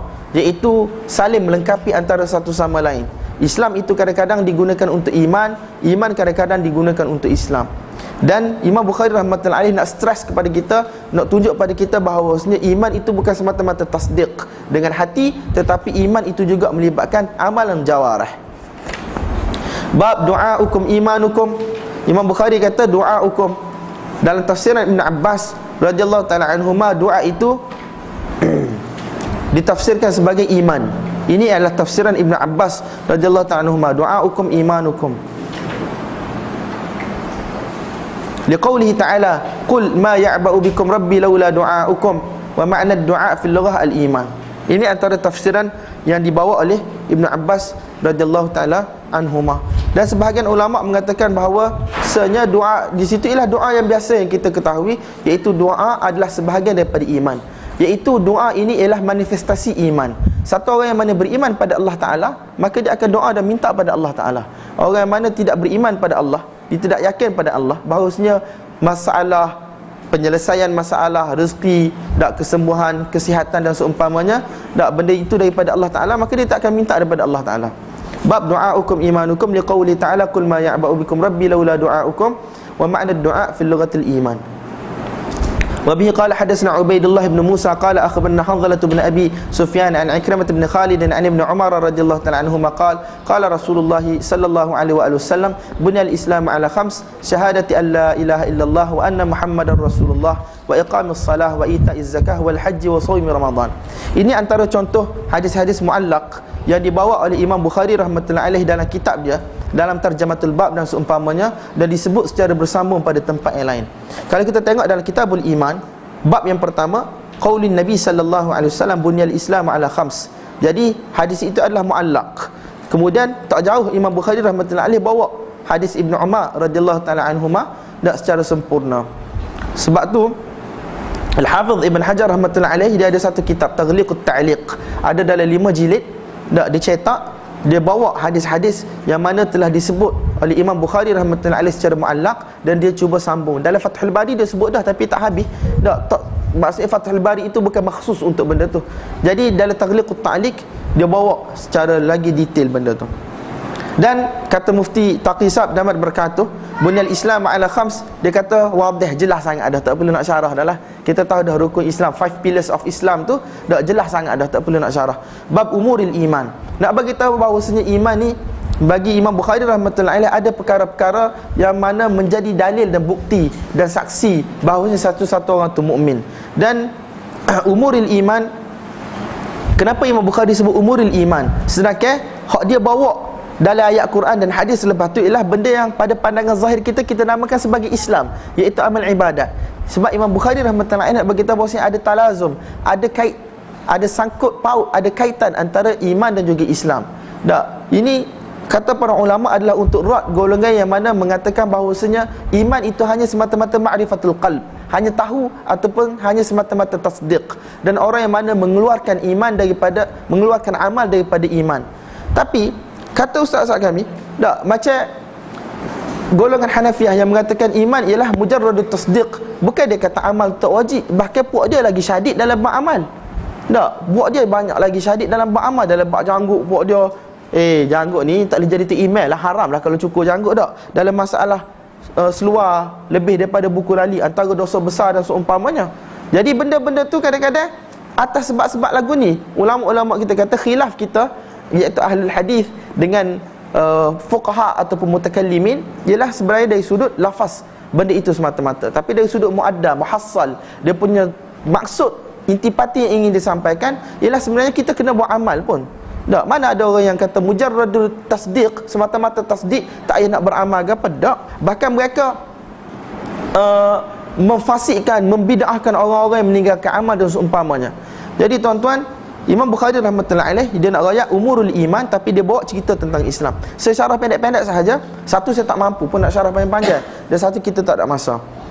Wa qaulillahi ta'ala laysal birra an tuwallu wujuhakum qibala al-masyriqi wal maghrib walakinnal birra man amana billah wal yawmil akhir wal malaikati wal kitabi wan nabiyyin wa atal mala ala hubbihi dhawil qurba wal yatama wal masakin wa ibnas sabil was sa'ilina wa fir riqab wa aqama as-salata wa ata az-zakata wal mufuna bi ahdihim idza ahadu was sabirina fil ba'sa'i wad dharra'i wa hina al-ba's ulaika alladhina sadaqu wa ulaika humul muttaqun wa qawlihi qad aflahal mu'minun. Jadi tuan-tuan tengok dalam ayat tu Allah Subhanahu wa taala sebut laisal birra an tuwallu wujuhakum qibalal masyriqi wal maghrib walakinnal bir ialah jami' yang mengumpulkan semua benda, iaitu man amana billah wal yawmil akhir wal malaikah, orang beriman dengan Allah, beriman dengan hari kiamat, beriman dengan malaikat, beriman dengan kitab, beriman dengan rasul-rasul, dan ini semua ialah iman yang bersifat tasdiq. Tetapi wa atal mal ala hubbih, dia menyedekahkan ataupun menginfakkan harta benda berdasarkan perasaan hendak dia sendiri, sukarelanya dia menginfakkan perkara tersebut kepada kaum keluarga dia, anak yatim, orang miskin, ibnu sabil dan seumpamanya. Jadi kalau tuan-tuan tengok, semua benda ni Imam Bukhari rahmatullahi alaih letak di bawah bab umuril iman, iaitu iman ada amalan hati iaitu tasdiq, dan juga ada amalan luaran iaitu amal-amal yang selalu kita sebut sebagai Islam tu. وبه قال حدثنا عبد الله بن محمد قال حدثنا أبو عامر العقدي قال حدثنا سليمان بن بلال عن عبد الله بن دينار عن أبي صالح عن أبي هريرة رضي الله تعالى عنه أن النبي صلى الله عليه وآله وسلم قال الإيمان بضع وستون شعبة والحياء شعبة من الإيمان. Daripada hadis Abi Hurairah radhiyallahu anhu, katanya Nabi sallallahu alaihi wasallam bersabda, iman ni ada 60 lebih syu'bah, cabang, ranting. Dalam setengah riwayat kata 70 lebih. Jadi setengah ulama mereka cuba untuk kumpul-kumpul apa dia 70 lebih ataupun 60 lebih ni. Tak, antaranya Ibn Hibban rahmatullahi alaih. Tapi kata Mufti Taqisab damat berkatuh, dia kata kadang-kadang benda ni takalluf lah, nak kumpul-kumpul, padahal banyak lagi amalan sebenarnya. Yang kita kata bilangan di sini mengikut kaedah orang Arab adalah litakthir, nak ayat bahawasanya benda tu banyak. Kalau kita kata 70, 60 tu litakthir, mudahlah, kita tak payah nak kumpul sebab banyak sangat amalan, bukan 70, 60 je. Sebab macam Ibn Hibban rahmatullahi alaih, dia cari daripada Quran, dia cari daripada hadis, nak cukup 60 lebih ataupun 70 lebih ni. Jadi Mufti Taqisab rahmatullahi alaih hafizahullah kata sebenarnya litakthir itu lebih mudah untuk kita fahami. Dan dalam setengah riwayat kata 70 lebih. Kalau akademiknya tuan-tuan akan jumpa banyak lagi lah mana betul, 60 lebih kau betul, 70 lebih kau betul. Sebab apa Imam Bukhari bawa 60 sini, sebab apa Imam Muslim sebut dua-dua, 70 pun ada, 60 lebih pun ada. Jadi benda tu terlalu akademik. Yang paling penting bahawa sini iman ni, hak penting sini ialah dia ada cabang-cabang. Dan bila ada cabang-cabang ni dan kita buat cabang-cabang ni, barulah kita sendiri sikit nak mengaku kita ni orang beriman. Bukan kita kata kita ngaku tu kita tazkiyah diri kita, tapi at least masuk akal lah kalau kita nak kata kita ni beriman. Tak, kalau kita tengok Allah Subhanahu Wa Taala dalam surah Al-Hujurat, Allah Subhanahu Wa Taala kritik orang yang mana mengatakan amanna, kami beriman. Tak, walamma yadkhulul imanu fi qulubikum, iman tak masuk lagi dalam hatimu. Sebut kami ni baru aslamna, baru masuk Islam sahaja. Jadi tuan-tuan yang dimuliakan oleh Allah Subhanahu Wa Taala, maksud daripada hadis ni ialah supaya apa? Supaya kita tahu iman ni dia ada umur dia, dia ada perkara-perkara dia, dia ada benda-benda dia yang mana kita kena buat untuk kita capai martabat tu. Kalau kita saja-saja mujarrad tasdiq, siapa tak semaya langsung, siapa tak puasa langsung, siapa tak keluar zakat, tak buat haji langsung, takut kita ni, kita rasa kita Islam. Orang kampung kita rasa kita Islam. Tak, bila mati dikebumikan di tanah perkuburan Islam, dimandikan, disolatkan, ada waktu tahlil pula 7 hari, 40 hari dan seumpamanya. Tak, sebab kita rasa dia Islam, tapi dia tinggalkan jinsul amal, tak buat amal langsung. Sejak daripada dia balik, takut jatuh kepada kenyataan para salaf kita dulu, orang ni kafir. Ini khilaf yang ada daripada zaman dulu sampai sekarang, yang mengatakan orang yang meninggalkan jinsul amal dia dikira sebagai kafir. Takut tuan-tuan. Jadi takut kita rasa kita mukmin kalau kita faham bahawasanya iman itu semata-mata tasdik, membenarkan dalam hati tapi tak buat amal langsung. Tak apalah, masuk neraka pun lah kali, masuk syurga pula. Kalau pergi lagu tu berat tuan-tuan. Bab al-muslim man salimal muslimuna min lisanihi wa yadihi. Bab satu orang Islam bila ada alif lam, kata para ulama dia masuk situ, dia masuk dengan jins tu, dia memberi maksud yang paling sempurna. Al-muslimul kamil. Al-muslimul kamil, orang Islam yang paling sempurna man salimal muslimun min lisanihi wa yadihi, orang yang mana orang Islam yang lain terselamat daripada lisan dia, mulut dia dan juga tangan dia. Sebenarnya maksud daripada terjematul bab ni nak ayat orang Islam yang sempurna, tak, bukan orang yang mana buat benda ni saja, maksudnya kena buat juga benda-benda yang lain. Tetapi kenapa benda ni distresskan, di-highlightkan oleh Nabi SAW? Sebab benda ni payah untuk orang jaga. Tak, mulut ni hak paling mudah sekali nak sakiti orang. Tak, lah ni dengan tangan, Facebook hak mudah sekali lah. Tak, Facebook, Twitter, tak, orang panggil lempar batu, kemudian boleh sembunyi tangan. Tak, kalau kita kata rank tenaga, kita nak pergi gocoh orang, nak pergi sepak orang, bukan semua orang berani tuan-tuan. Tapi dengan mulut ni berani belaka. Terutamanya ngupak, hak tu tak boleh nak kata gapo lah. Tuai dia ada ke, tuai dia tak ada ke, kita boleh kata, kita boleh timbul fitnah dan seumpamanya. Jadi tuan-tuan, orang Islam yang paling sempurna, paling baik, di samping amal-amalan yang lain, puasa, zakat, haji, dia kena jaga benda ni. Sebab dengan jaganya benda ni, maka keseluruhan umat Islam akan berada dalam keadaan yang baik dalam masyarakat tu. Kalau tak, kat tuan-tuan tahulah bahaya fitnah, mengumpat dan seumpamanya. Wa bihi qala hadatsana Adam ibn Abi Iyas qala hadatsana Syu'bah an Abdullah ibn Abi Safar wa Ismail an Sya'bi an Abdullah ibn Amr anna Nabi sallallahu alaihi wasallam qala al-muslim man salima al-muslimun min lisanihi wa yadihi wal muhajiru man hajara ma nahallahu anhu. Jadi tuan-tuan, walaupun dalam hadis ni sebut orang Islam sahaja yang akan selamat daripada perbuatan lidah dia, perbuatan tangan dia, itu tidak bermakna bahawasanya kita boleh buat jahat kepada orang kafir. Tak, kita boleh curi harta dia dan seumpamanya. Tak, qaid di sini ulama kata qaid ihtiraz, qaid ittifaqi, bukan qaid ihtirazi, iaitu sebut kalaulah orang dia, Nabi SAW nak bagi tahu bahawasanya orang Islam ni dia ada banyak hukuk dia ke atas kita. Hak dia sebagai satu orang Islam, hak jiran, hak orang dalam masyarakat kita dan seumpamanya. Sebagaimana orang kafir dia ada hak juga. Kalau dia jiran kita, kita tak boleh nak sakiti dia, kita tak boleh nak ambil harta dia, kita tak boleh nak fitnah dia. Tetapi hak mereka itu kurang berbanding dengan hak satu orang Muslim, iaitu hak iman, ukhuwatul iman. Benda itulah satu benda yang dijaga oleh Allah Subhanahu Wa Taala. Jadi tidak bermakna kita boleh sakiti orang yang bukan Islam dan kita boleh ambil harta benda dia, kecuali ada tafsil dalam masalah kafir, iaitu kafir harbi dan seumpamanya. Tapi hari ni sebenarnya cerita dalam masyarakat kita ada setengah ustaz-ustaz mengajar dia kata boleh curi dok kedai Cina dan seumpamanya. Benda tu wallahu a'lam bis-shawab.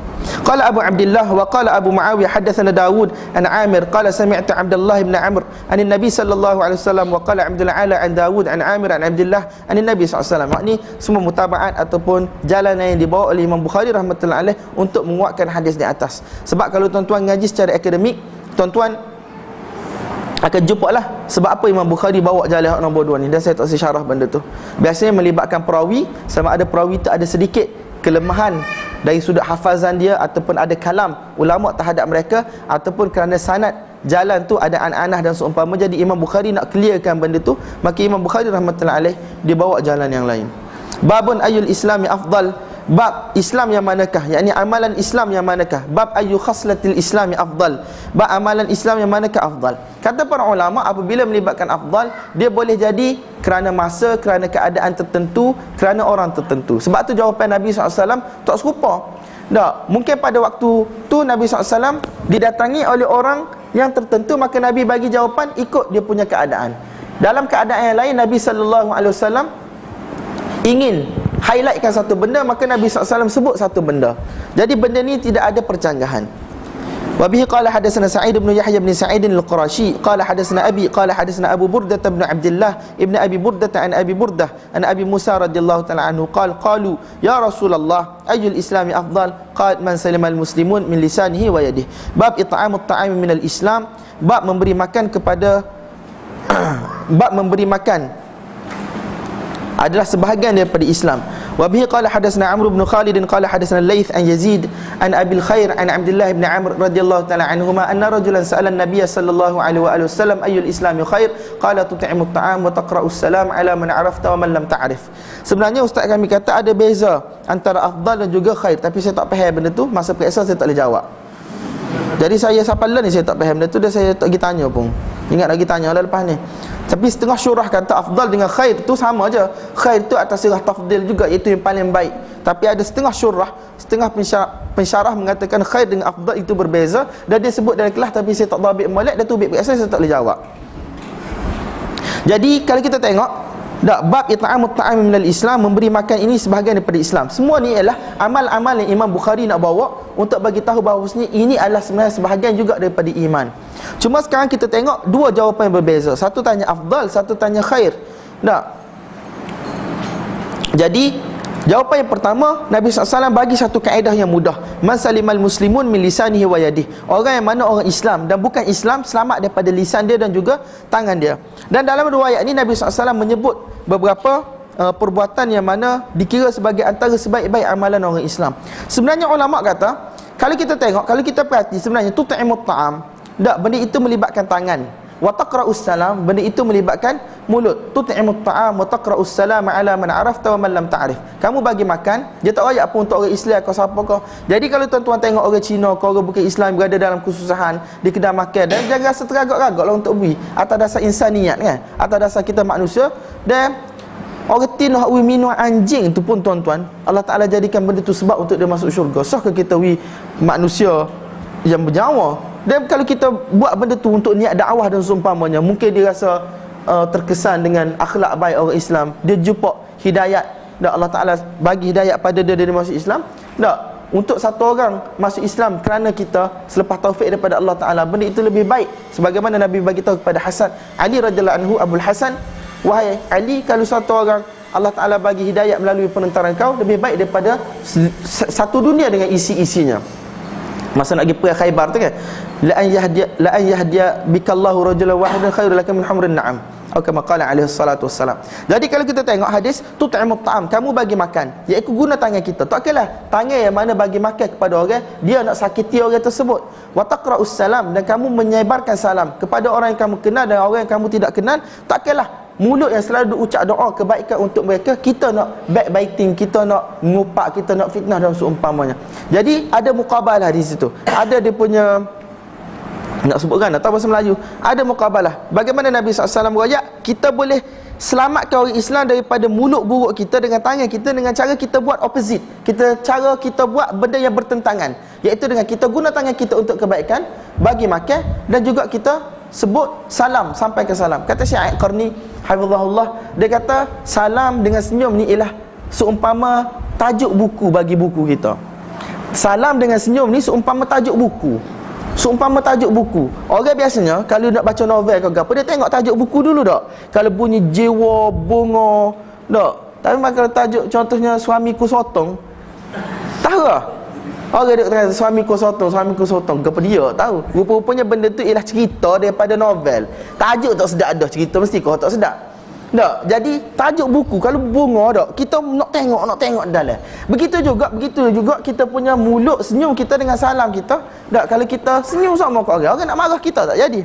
Dia tahu kita ni adalah orang yang bawa rahmat, orang yang bawa kebaikan. Sebab tu ustaz kami kata, sepanjang-panjang dia duduk ngajar ni tak jumpa lagi kenyataan para ulama bahawa gigi ni aurat sampai dia kena tutup kemah keming. Tak jumpa lagi bahawa gigi ni aurat kena tutup kemah keming, tak boleh tutup. Tak, kita kena senyum. Tak, gapo-gapo sahaja. Senyum dah bagi salam, barulah kita ni tidak akan buat keburukan untuk orang lain. Kalau dak kita kerah kekong, dak tak senyum, tak gapo kau, sedap kita nak ngopak. Bab minal iman an yuhibba li akhi ma yuhibbu li nafsihi. Bab antara iman, bahagian iman, umur iman ialah dia suka untuk saudaranya. An yuhibba li akhi, dia suka untuk saudaranya apa yang dia suka untuk dirinya. Tapi dalam riwayat yang kata minal khair, iaitu daripada kebaikan. Kalau benda-benda buruk dia ajak saing dia sebab dia nak kosi benda buruk dia buat, isap rokok nak ajak sekali ke, nak pergi kelab nak ajak sekali ke, nak pergi ngitatina nak ajak sekali ke, itu bukan minal iman, itu minal kufr. Wa bihi qala hadatsana Musaddad qala hadatsana Yahya an Syu'bah an Qatadah an Anas radhiyallahu anhu an Nabi sallallahu alaihi wasallam wa an Husain al-Muallim qala hadatsana Qatadah an Anas an Nabi sallallahu alaihi wasallam qala la yu'minu ahadukum hatta yuhibba li akhihi ma yuhibbu li nafsihi. Ramai sangat di kalangan kita salah terjemah hadis ni. Tidak sempurna iman seseorang kamu sehingga dia mengasihi saudaranya sebagaimana dia mengasihi diri dia. Semua orang terjemah gitu, betul tak? Even khutbah jemaah minggu lepas, kau 2 minggu lepas, dia terjemah benda yang sama. Tidak sempurna iman seseorang kamu sehingga dia mengasihi saudaranya sebagaimana dia mengasihi dirinya. Sebab ada lam ke situ, hatta yuhibba li akhi, sehingga dia mengasihi untuk diri, untuk saudaranya apa yang dia kasihi untuk diri dia. Maksudnya gapo hak dia nak untuk diri dia, dia nak sampaikan juga benda tu kepada saudara dia. Dari sudut makan, minum, khidmat, agama tu penting sekali. Tak, benda itu perlu disampaikan. Saya tak syarah panjang-panjang tuan-tuan, sebab benda tu banyak teknikal sangat. Tapi dari sudut kefahaman hak ni lah benda kita kena sampaikan. La yu'min, ulama kita terjemah sebagai tidak sempurna. Tetapi Sufyan Ats-Tsauri dan sebahagian salaf mereka kata tak payah terjemah la yu'min tu sebagai tidak sempurna lah. Bila kita terjemah tidak sempurna, orang pun mula sedap batangnya kata, tak apalah, tak sempurna je. Tak, banyak lagi kita boleh sempurnakan melalui cara yang lain. Tapi kalau kita terjemah la di situ sebagai la nafi, tak, nafi hakikat, nafi mahiyah, macam tidak beriman. Dia lain sikit, dia punya zajar, dia punya kritikan, dia punya penegasan tu menyebabkan kita akan rasa tersentak. Tak beriman ni, nafi iman ni, boleh jadi kafir ni. Jadi tuan-tuan, benda tu kata Sufyan Ats-Tsauri, tinggalkan hadis macam tu. Jangan terjemah sebagai tidak sempurna. Bahkan diikhtiar kebanyakan ulama kita, antara Syekh Anwar Shah Kashmiri rahmatullahi alaih dalam Faidhul Bari dan seumpamanya, dia kata biarkan la yu'min tu orang fahami sebagai nafi mahiyah atau nafi hakikat, iaitu menafikan keimanan terus, macam cabut terus keimanan daripada diri satu-satu orang yang tak buat benda ni.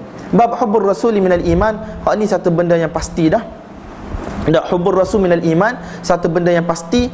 Kalau satu-satu orang itu benci Nabi SAW, memang dia kafir. Apatah lagi kalau orang mana cerca, benci sunnah dia dan seumpamanya. Dan cinta Nabi SAW bukan hanya pada batang tubuh dia sahaja, tetapi cinta apa yang dibawa oleh Nabi SAW, Al-Quran, sunnah dan seumpamanya. Dan ulama bahaskan sama ada cinta di sini cinta tabi'i ataupun cinta akli dan seumpamanya. Tapi benda tu terlalu akademik, kadang-kadang kita pun tak faham nak royak gapo. Tapi sebenarnya cerita apa sahaja, tak, bila bertentangan dengan gapo hak Nabi ajar, gapo hak Nabi royak, maka kita kena lebihkan cinta kita kepada apa yang Nabi royak, apa yang Nabi ajar, walaupun benda itu mengorbankan anak kita ke, keluarga kita ke dan seumpamanya. Cuma Mufti Taqisab dapat berkata, dia bagi tahu dalam syarah Bukhari dia kata, tak, cinta ni dia ada cara-cara dia. Bukan kita semata-mata membuta tuli dan seumpamanya. Macam kita kata demonstrasi yang melampau-lampau sampai kita buat benda yang mana luar daripada hudud, luar daripada batasan satu orang Muslim. Tak, kadang-kadang lukis katung menghina karikatur Nabi SAW tu dia demak satu orang Kristian, tapi kita pergi bakar rumah Kristian tepi rumah kita. Hak tak ada kaitan gapo-gapo. Jadi orang kata benda tu ghair mundabit. Kita tak buat benda tu dengan kayu ukur yang betul. Jadi cinta tu betul, tapi kena buat dengan cara yang betul juga. وبه قال حدثنا أبو اليمان قال أخبرنا شعيب قال حدثنا أبو الزناد عن الأعرج عن أبي هريرة رضي الله عنه عن النبي صلى الله عليه وآله وسلم قال والذي نفسي بيده لا يؤمن أحدكم حتى أكون أحب إليه من والده وولده.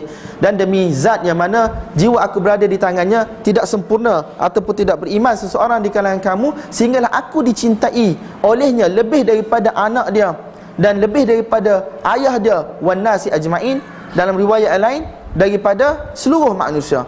Wa bihi qala hadatsana Ya'qub bin Ibrahim qala hadatsana Ibn Ulayyah an Abdul Aziz bin Suhaib an Anas radhiyallahu anhu an Nabi sallallahu alaihi wa alihi wasallam tahwil sanad. Wa hadatsana Adam qala hadatsana Syu'bah an Qatadah an Anas radhiyallahu anhu qala qala Rasulullah sallallahu alaihi wasallam la yu'minu ahadukum hatta akuna habba ilaihi min walidihi wa waladihi wan nasi ajma'in. Bab halawatil iman, bab kemanisan iman. Setengah kata kemanisan ni benda orang kata lazat dalam taat, setengah kata benda tu dari sudut dia panggil apa? Maddi. Benda tu dari sudut memang rasa manis sungguh. Memang rasa manis sungguh. Bukan kata manis tu macam lazat taat, sedap buat ibadat, rasa sedap buat ibadat tu tak, bukan majazi. Ada yang kata manis di sini ialah hakiki.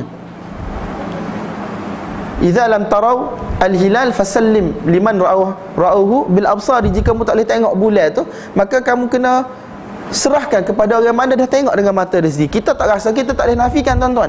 Ada setengah orang mempertikaikan ulama dok semaya ratus-ratus rakaat dalam satu malam. Ada setengah orang yang mempertikaikan ulama boleh baca Quran 30 juzuk dalam satu hari. Nak petikai apa? Hak zaman lah ni pada orang buat. Sayang-sayang kita boleh baca 30 juzuk satu hari pun kita tahu. Dan apa kita nak petikai benda kita tak boleh. Tak, benda kita tak boleh buat, kita nak petikai. Ada setengah orang lagu tu, dia terlalu nak mengecek kesahihan dalil dan seumpamanya sampai dia petikai benda tu. Benda ada. Benda tak boleh niat, benda tak boleh, benda tu kalau kita nak kupu waqiah tu yang disebut oleh para ulama dalam kitab-kitab, benda tu hampir jadi mutawatir. Bukan waqiah ain, bukan sos benda tu mutawatir. Tak, dia punya benda hak berlaku tu, boleh berlaku lagu tu hampir benda tu mutawatir dah. Bahawa benda tu bukan mustahil.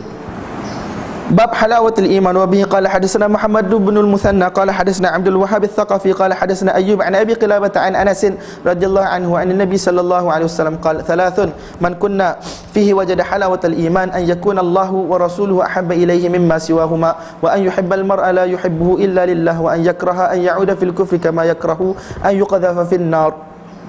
Dalam riwayat ni sebut 3. Tak, mungkin dalam tempat-tempat lain ada yang lain. Satu kaedah yang penting ialah at-tansisu ala syai' laisa nafya ma'adah. Apabila Nabi SAW mention satu-satu benda, highlight satu-satu benda, itu tidak menafikan benda yang lain. Jadi senang bila kita jumpa bilangan-bilangan yang berbeza, senang cara kita nak gabung benda tu. Tak, mungkin pada waktu ni Nabi SAW nak highlight 3 benda tanpa menafikan benda yang lain. Macam kita selalu kata jumlah khabariyah, contoh ja'a Muhammadun, Muhammad mari. Tak, satu penyataan Muhammad mari. Adakah dia menafikan orang lain mari? Tak, dia tak menafikan orang lain. Dia hanya mention satu benda, Muhammad mari. Hak tu je dia nak royak. Jadi Nabi SAW nak royak hak tu je waktu tersebut. Kenapa nak royak hak tu je? Ada banyak sebab ulama bagi tahu. Mungkin pada waktu tersebut Nabi nak stres 3 benda ni. Mungkin sahabat-sahabat dia terlupa pasal 3 benda ni dan seumpamanya. Dan ada setengah-setengah tempat pula Nabi SAW baru dapat maklumat daripada Allah Ta'ala. Nabi sebut mention benda tu. Macam kita kata fuddiltu 'alal anbiya, aku dilebihkan berbanding dengan nabi-nabi yang lain 5. Setengah riwayat lain pula ulama-ulama kumpul sampai 30 lebih dan seumpamanya. Bagaimana kita nak satukan benda-benda yang kita nampak bercanggah? Ulama kata at-tansisu 'ala syai' laisa nafya ma'adah. Hak ni kaedah umum. Satu, menceritakan satu-satu benda tidak menafikan benda yang lain. So, dan kenapa Nabi cerita hak tu saja? Step nombor 2, jawab soalan dia, kenapa Nabi cerita hak tu saja? Ada ulama bagi tahu, satunya Nabi memang nak royak hak tu jelas waktu tu, tak wajib nak royak belaka pun pada satu-satu masa. Dan yang kedua, mungkin majma' yang berbeza, hadiri yang berbeza. Yang ketiga, mungkin Nabi SAW diberitahu benda-benda hak lain tu selepas itu oleh wahyu. Jadi ini cara yang ulama gunakan untuk gabungkan antara hadis yang pada zahirnya kita nampak bercanggah, tak bercanggah pun. Jadi 3 hadis tu tuan-tuan boleh baca terjemahan dia. Antaranya orang yang mana apabila Allah dan Rasulnya lebih dicintai daripada selain mereka berdua. Yang kedua, dia suka satu-satu orang kerana Allah Ta'ala. Biasanya kita suka satu-satu orang kerana Allah ni, kerana salah dia, kerana kebaikan dia, kerana ibadat dia, kerana kerja agama yang dia buat. Jadi itu tandanya kita suka kepada agama itu sendiri. Dan dia benci untuk kembali kepada kekufuran, sebagaimana dia benci untuk dicampakkan ke dalam neraka. Kalau ada 3 benda ni, orang tu dia akan dapat rasa kemanisan iman. Dia akan rasa ibadat itu suka, dia akan rasa susah payah dia di jalan Allah itu satu benda yang manis, satu benda yang menggembirakan. Bukan bermaksud dia minta benda untuk jadi susah dalam hidup dia, tapi kalau jadi pun dia akan sabar. Dia akan berada di atas jalan tu, tak kiralah apa sahaja rintangan. Orang kata gapo pun dia akan sabar. Segala kesusahan pun dia akan sabar. Safahat min sabrin ulama, satu kitab yang ditulis oleh Fadilatul Syekh Abdul Fattah Abi Ghuddah rahmatullah alaih, dia bagi beberapa bahagian dalam kitab tu, antaranya tentang masalah makan minum, tak ada harta benda, susah musafir untuk mengaji dan seumpamanya, kemudian terpaksa jual bagai-bagai berharga, tanah dan seumpamanya. Untuk apa? Untuk terus dia belajar dan untuk dia sampaikan ilmu. Ismail ibn Ayyash Al-Himsi Al-Syami, anak murid kepada Imam Auza'i rahmatullahi alaih, satu orang dengar dia kata apa? Aku warisi daripada ayah aku 4,000 dinar ataupun 400,000 dinar, gitulah saya terlupa. Semuanya aku telah infakkan di jalan Allah Ta'ala untuk belajar. Yahya ibn Ma'in, tak silap saya, dia warisi daripada dia hampir 1 juta dinar. Semuanya dia telah gunakan untuk belajar dan untuk infak kepada para pelajar hadis, sehingga tak ada selipar pun nak pakai. Jadi tuan-tuan, benda ni dia panggil apa? Jadi mudah apabila kerana cinta kita pada Allah dan cinta kita pada Rasul. Dan sebenarnya cinta pada Allah, cinta pada Rasul ni benda kita tak nampak. Sebenarnya cinta kepada syariat Allah dan syariat Rasul. Sunnah Allah dan sunnah Rasul SAW, hukum Allah dan hukum Rasul, untuk kita uphold benda tu, untuk kita bawa dan untuk kita tatbik dalam kehidupan kita. Kalau kita kata cinta Allah, cinta Rasul, semua orang boleh. Tak, orang dikir gedai cinta Allah, cinta Rasul juga. Tak, nasyid cinta Allah, cinta Rasul juga. Kita tak nafikan hak mana baik-baik, tapi bagaimana kita nak bawa syariat Allah dan syariat Rasul dalam kehidupan kita. Nak pergi duduk masjid kita, nak pergi duduk sekolah kita, nak mengajar hadis, nak mengajar Quran, nak usaha supaya kampung kita tu hidup dengan syariat. Bukan benda mudah, tuan-tuan. Tak, hak tu baru kita boleh rasa halawatul iman. Tak, halawatul iman bila kita duduk dalam tempat lagu tu, keadaan lagu tu. Saya ingat Tok Guru Nik Aziz Royak mula, kata dalam perjuangan kita ni, kalau kita tak letak sirah Nabi dengan sirah sahabat, dok pengorban Nabi, pengorbanan sahabat, hok payah-payah, hok mereka dok rasa mula kena pula, kena hina, kena baling tu, rebah beleping lama dah buat kita ni. Kita ada nyendah hak tu saja, tuan-tuan. Kalau gapa-gapa Quran, sirah sahabat Nabi. Quran sirah sahabat Nabi. Sambil-sambil ngaji Ustaz Kamar, tak ngaji Pakistan ke apa semua. Orang tahu belaka, bukan benda senang, bukan benda susah. Kalau kena musim panas, tak lagu mana, musim sejuk lagu mana, tak ada pitihnya lagi. Kalau zaman dulu, lagi mana nak pergi dengan tiket kapal terbang, dengan belanja lagi, nak beli buku lagi. Ada setengah budak-budak ni, dia tak ada masalah tengok saya dia makan sedap-sedap. Dia ada masalah bila tengok saya dia boleh pergi beli buku, dia tak boleh beli buku. Kalau duduk masjid tu, kalau di pesta buku antarabangsa tu kan, 2 minggu tu, setakat saya makan KFC ke apa, berapa ya sangat, tapi buku dia bagi mahal, dak beratus-ratus. Dak ada setengah buku kita nak beli tu sampai 1000 Syarah Nasai. Kita ingat mula-mula kita pergi Mesir pesta buku, Syarah Nasai 40 jilid Syekh Muhammad Adam At-Tiyubi, dak 1000 riyal Malaysia. Nak cari mana kita budak baru siapa. Kadang-kadang benda-benda lagu tu kalau tak ingat, rebah beleping lama dah, tuan-tuan. Duit hak ada kita sipai sikit, biarlah orang buat jali ikut lain pun. Kita sipai. Sebab apa?